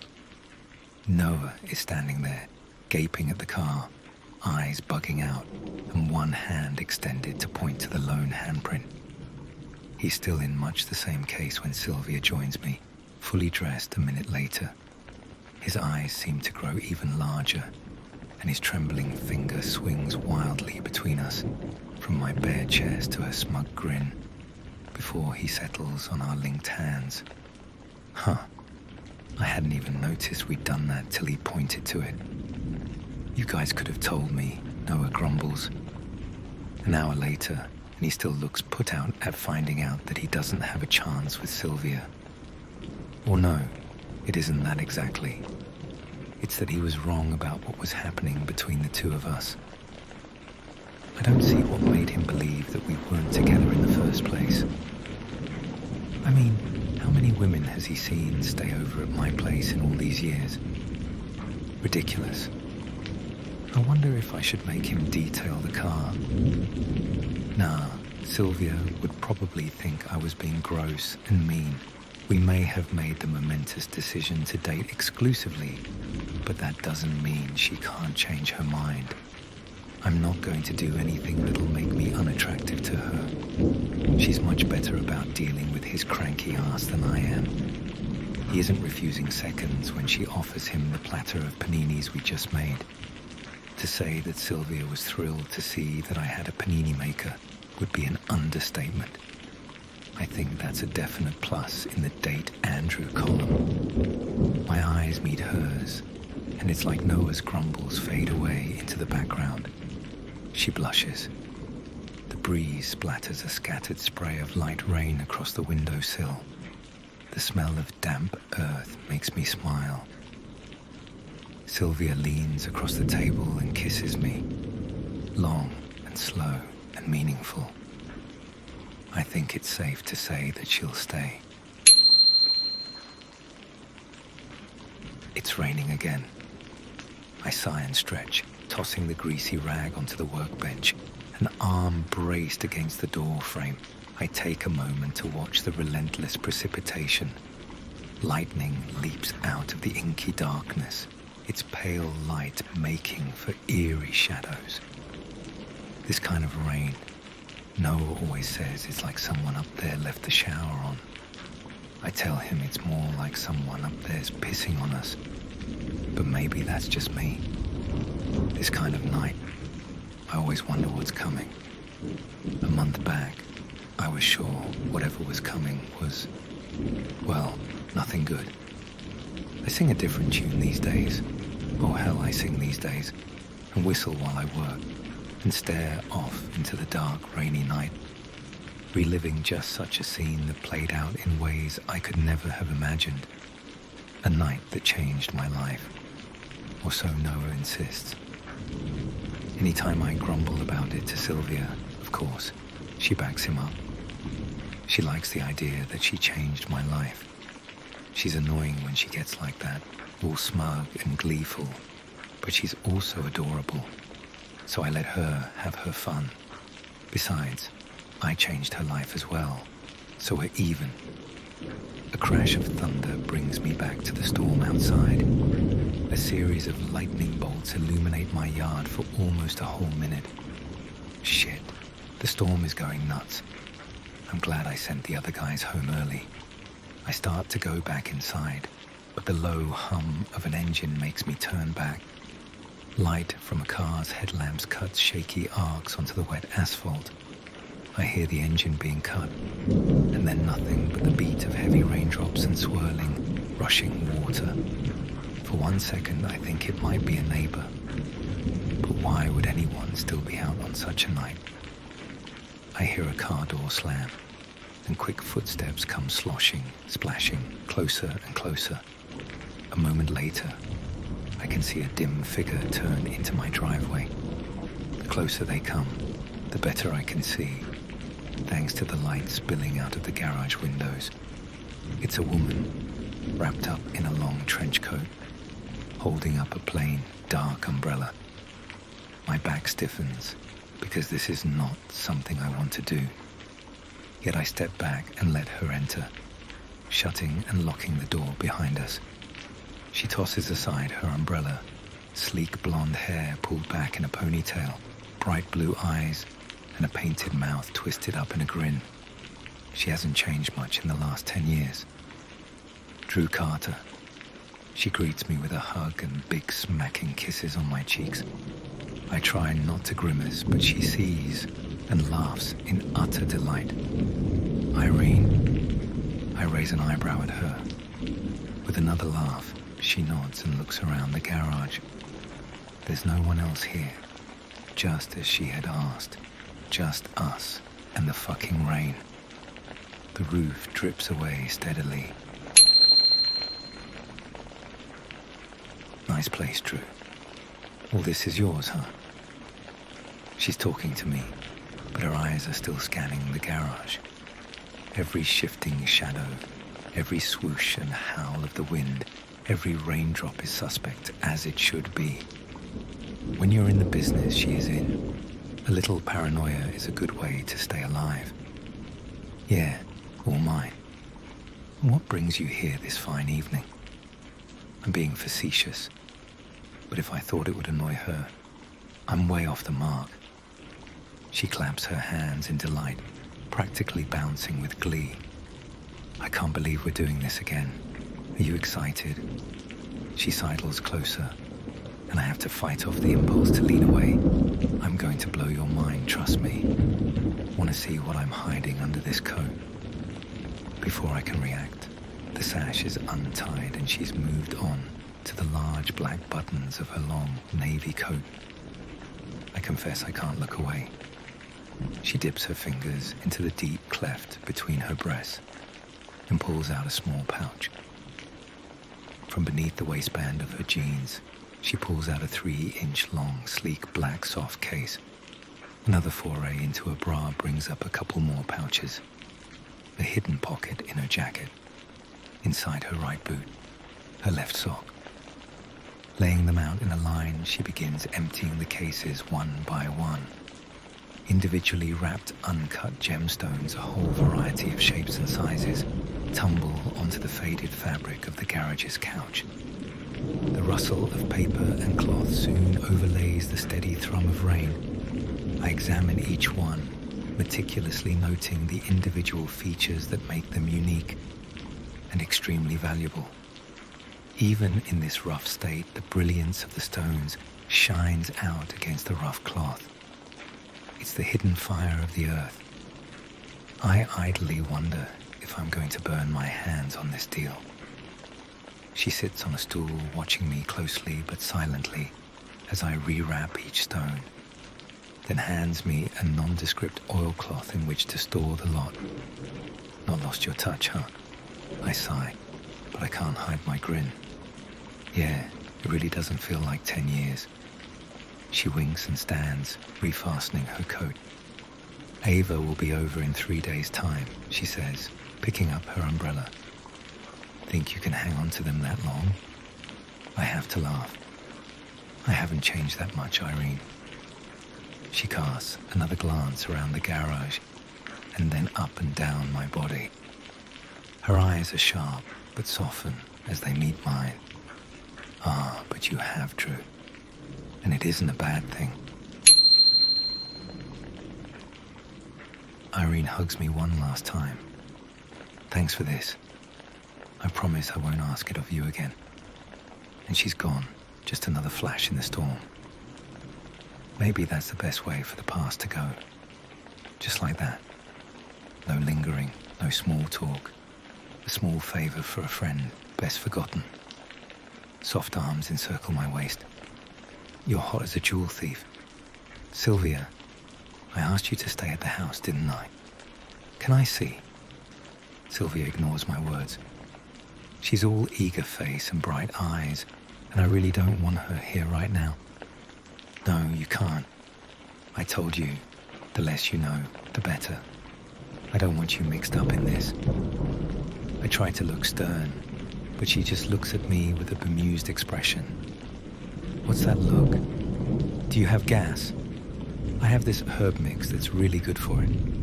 I roll my eyes. No, Sylvia, I don't have gas. I just don't want you involved in this business. That's silly. I'm here. That means I'm involved. Anyway, you aren't going to get caught, so it's all right.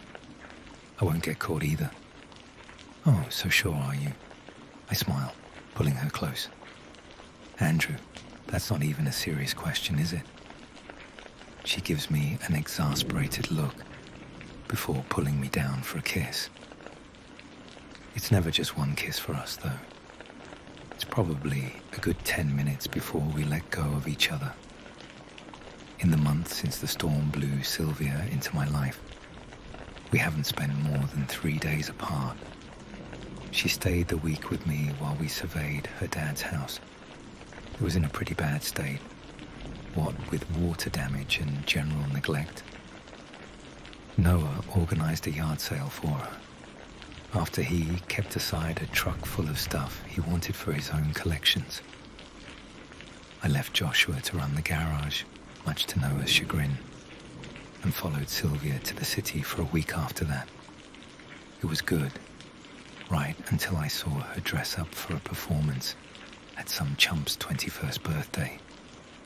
I might have had a jealous meltdown. Sylvia threw me out of her house. I still hung around to make sure she got home safe. Then I drove back to Sequim and drowned my angst in an all-night online video game blitz. I woke up the next day, bleary-eyed and sore from falling asleep on the couch, and found Sylvia at my doorstep.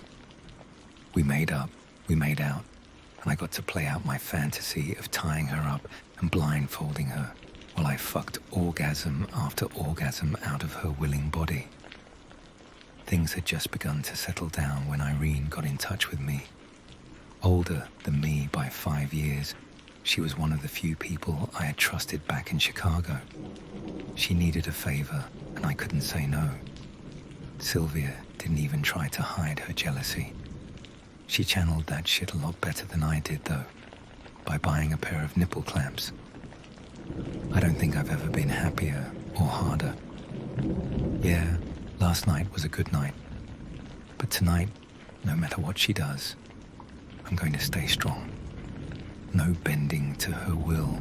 No way, no how. This isn't up for discussion, sweetheart. I'm going to put the stones away, and we're going to forget they exist. I walk her firmly to the door leading to the breezeway. Hey, Andrew. Sylvia looks up at me with a slight frown. Don't you need to get those? I turn, and yeah, I forgot the damn jewels. I don't care, she exclaims, pacing the room, her free hand waving around in agitation. No, you listen to me. It's not my problem, all right? You married him. You deal with his shit. I'm not going to. Fine then, we're done. Just lose my number, Mom. With a growl, she throws her phone onto the bed, then picks it up and throws it again. I'm impressed, because I would have probably chucked it at the wall, and then I'd have to buy a new one. My girl is smart even when she's mad. I fidget a little as she continues to fume, her hands in fists, tension and anger radiating off her body. I've been around for a couple of calls from her mother, Laurel, and it never ends well. Now, this is not something I'm going to share with Sylvia, but I'm okay with that. I don't think that woman deserves anything more than to have the phone slammed on her. Or, forcefully disconnected. The angrier Sylvia is with her, the less likely she is to actually have a conversation with her. The fewer actual words they speak, the shorter the time frame for that annoying woman to try to verbally attack my girl. Judging by the sound of it, this last phone call was more about demands than criticism. That's a new one. What now? I ask, when she still hasn't spoken anything more intelligible than random angry sounds for about 5 minutes. That woman. It's beyond frustrating. I mean, after everything she's done, it's all been about her. She taunted me all my life because she thought I wasn't good enough at anything. She left me home unsupervised, no food, no fucking care, because she wanted to party or whatever the fuck she did. She made me hide away, pretend to be a neighbor's kid, her niece, her sister, because she didn't feel like acknowledging to people that she had a daughter. She has never been there for me, Drew. And she's used me, messed with my feelings, guilted and manipulated me, and I'm just so done. None of this is news, unfortunately. One of the things I like best about being with Sylvia is that she's so upfront about what she's thinking and feeling. It makes me want to slap the shit out of Laurel, though. You've been done a long time, baby, I remind her. I stand and wrap her trembling body in my arms, rocking her gently. But she'd only realize that fact if she took her head out of her ass for a moment. We both know that isn't likely. So tell me, what did she want this time? That guy she eloped with, he has some scheme he wants to invest in. They don't want to use any of their assets. So she called to demand that I hand over the amount they need. Sell something, Sylvia. Would you rather let your money rot in a bank than give it to your own mother? She mimics her mom's high-pitched voice, complete with facial contortions. In her fucking dreams, she growls, and I have to shift discreetly to mask my reaction. What? Angry Sylvia is fucking hot. Dude, that's low, even for her. Seems like the new husband is a great influence. I frown, seeing that she still looks upset. Hey, want me to find out some dirt on him? No way a guy like that is clean. Maybe we can make his life a little interesting. Sylvia finally cracks a smile, though the look she's giving me is skeptical. What? Are you an occasional private investigator as well as a jewel thief and mechanic? And how are you planning to execute this plan? Ha, ha. You're so hilarious. I deadpan. I know people, babe. And I'm an ex-jewel thief. Retired. Out of the game. Still legendary, of course. But definitely not burgling the shiny stones anymore. Oh, so that's why there's a bunch of those shiny stones hidden away in that concealed safe of yours. I roll my eyes, because this is not the first time she's brought up the gems that I'm still adamant about not letting her near. Darling girl, this is a one-off. I'm helping some old friends out in a very passive way. They do the same for me. Any itch in my palms is satisfied through yard sale collections now. She pouts, but gives up on the jewels for now. I get that, but come on. You seriously think the Sparkly Thieves Network will find anything on Mom's new husband? What? You think he's in the business? Her tone is heavy with sarcasm, but even as she utters the last sentence, I can see her head go off on a fantasy trip in that direction. No, definitely not. Jewel thieves usually have some class.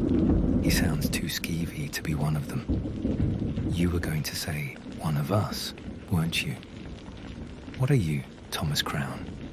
You probably have a spy fantasy going as well.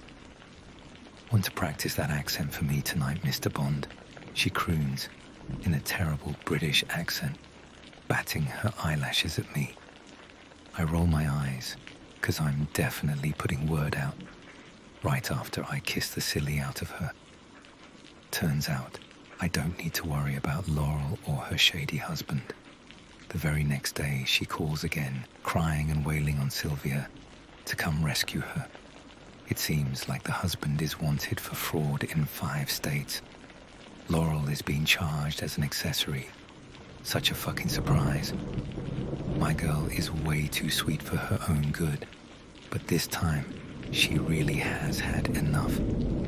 She tells her mother, nicely, to talk to a lawyer, and politely but firmly draws the line at any sort of involvement with that mess.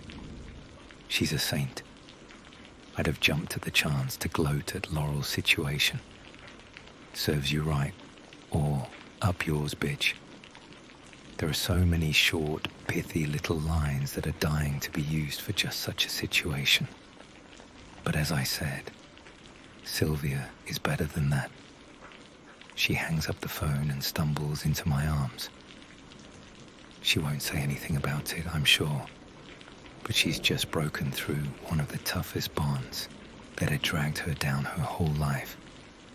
I'm very, very proud of her. Maybe just a little pissed that I didn't get to go all Jason Bourne on that lowlife's ass.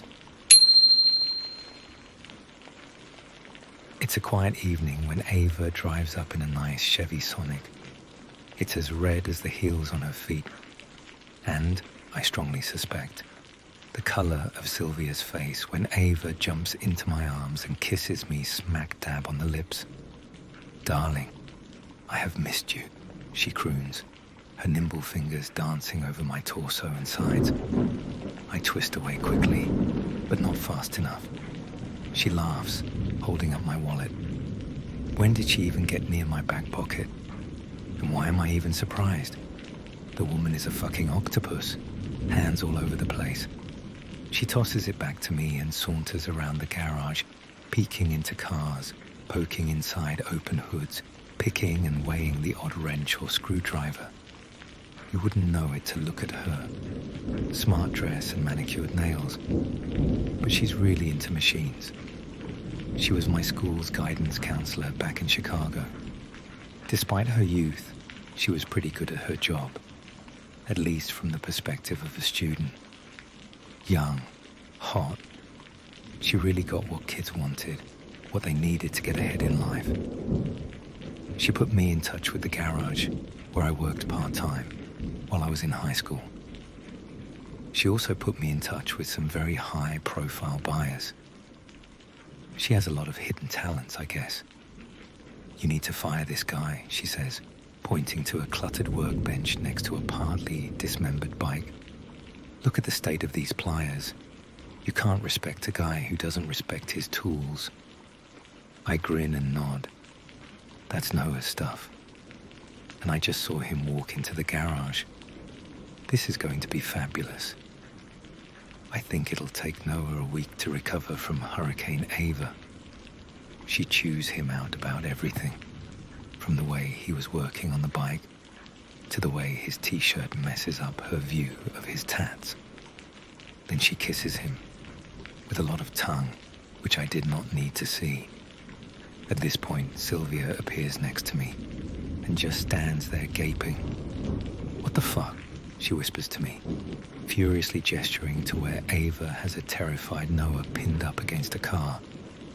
Is she like that with everyone? All the kissing and fondling? Am I next? There were onions in my sandwich. Should I gargle, do you think? What? And what are you standing around here for anyway? I thought you had a very important job to take care of. She giggles and nudges me. The baby is in the bassinet. The baby is... Sylvia, that's just weird. Oh, fine. What would you prefer?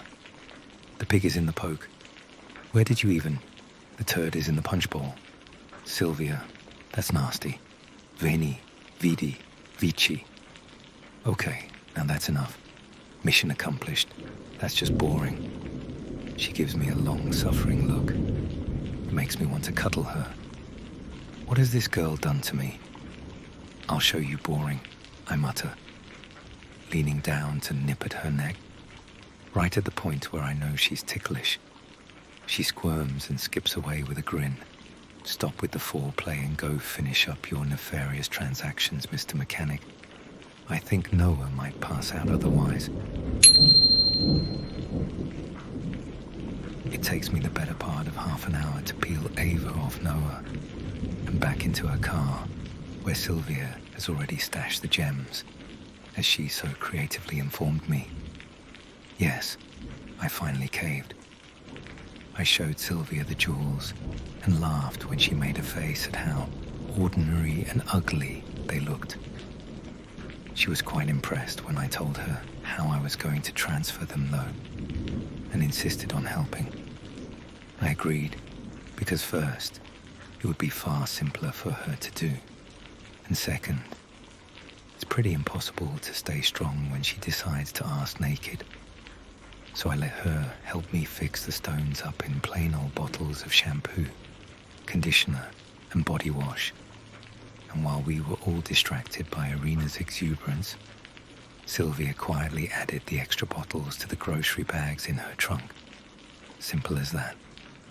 What isn't simple is convincing Sylvia that a life of a crime isn't as much fun as she seems to think. Oh, come on, Andrew. I'm not saying I want a life of crime. I'm just saying it was fun today, what we did. The whole cloak and dagger thing, hiding jewels and making a drop. She's practically bouncing on the bed, rubbing her hands with glee. Baby, as I've told you before, this isn't a movie where we live fabulous lives and drive fast cars, okay? It's dangerous. Irene and Ava, they're the fucking tip of the iceberg. The people they will be dealing with are ruthless. The only reason these two have made it so far without being killed or arrested is because they're as meticulous as I was. 2 or 3 deals a year, a well-documented public life. It's a lot of needless subterfuge, and I'm fucking glad to be out of that life.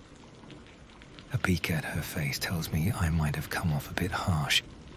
I groan. Sylvia, I'm just saying, I'm not stupid, Andrew. And I don't. You're just... You know what? Forget it. She huffs and turns her back to me. I toss and turn. The aftermath of our tiff lies like a heavy weight on my chest. I do ultimately fall asleep, but wake up at a loud crash of thunder. She's not in bed with me, and I panic. She isn't in the bathroom or the guest bedroom. She isn't in the kitchen or the living room. I'm seriously worried she's left me, and that too in the middle of another fucking storm. A light breeze wafts by, and I turn to see that the door to the garden passage is cracked open slightly. I walk out, and there, in the middle of the roses, leaning out of one of the glass windows, stands the girl who has driven me nuts from the moment I first saw her. I warp her up in my arms and bury my face in her hair. There's relief and peace. After a long inhale of the damp air, there's also a niggling desire to sneeze, but I can control that. I was happy because you let me be a part of things, she says after a while. You let me into your life. The thrill wasn't about the stupid jewels. It was about doing what we did together. She shrugs and continues to watch the heavy droplets hitting soft petals and leaves, hanging off thorns. I want to bang my head somewhere for my stupidity. Instead, I kiss her gently on the cheek and pull her even closer. I want to always do stuff together, I whisper. And the deeper truth in my mundane words makes me feel exposed, unsure. She smiles and finally melts into my embrace. Clothed in her acceptance, I'm fucking 10 feet tall. More words are trying to push past my lips, like forever, and love, and... Lightning sizzles across the sky. We stand and watch the falling rain, listening to its never-ending clatter in companionable silence. Together.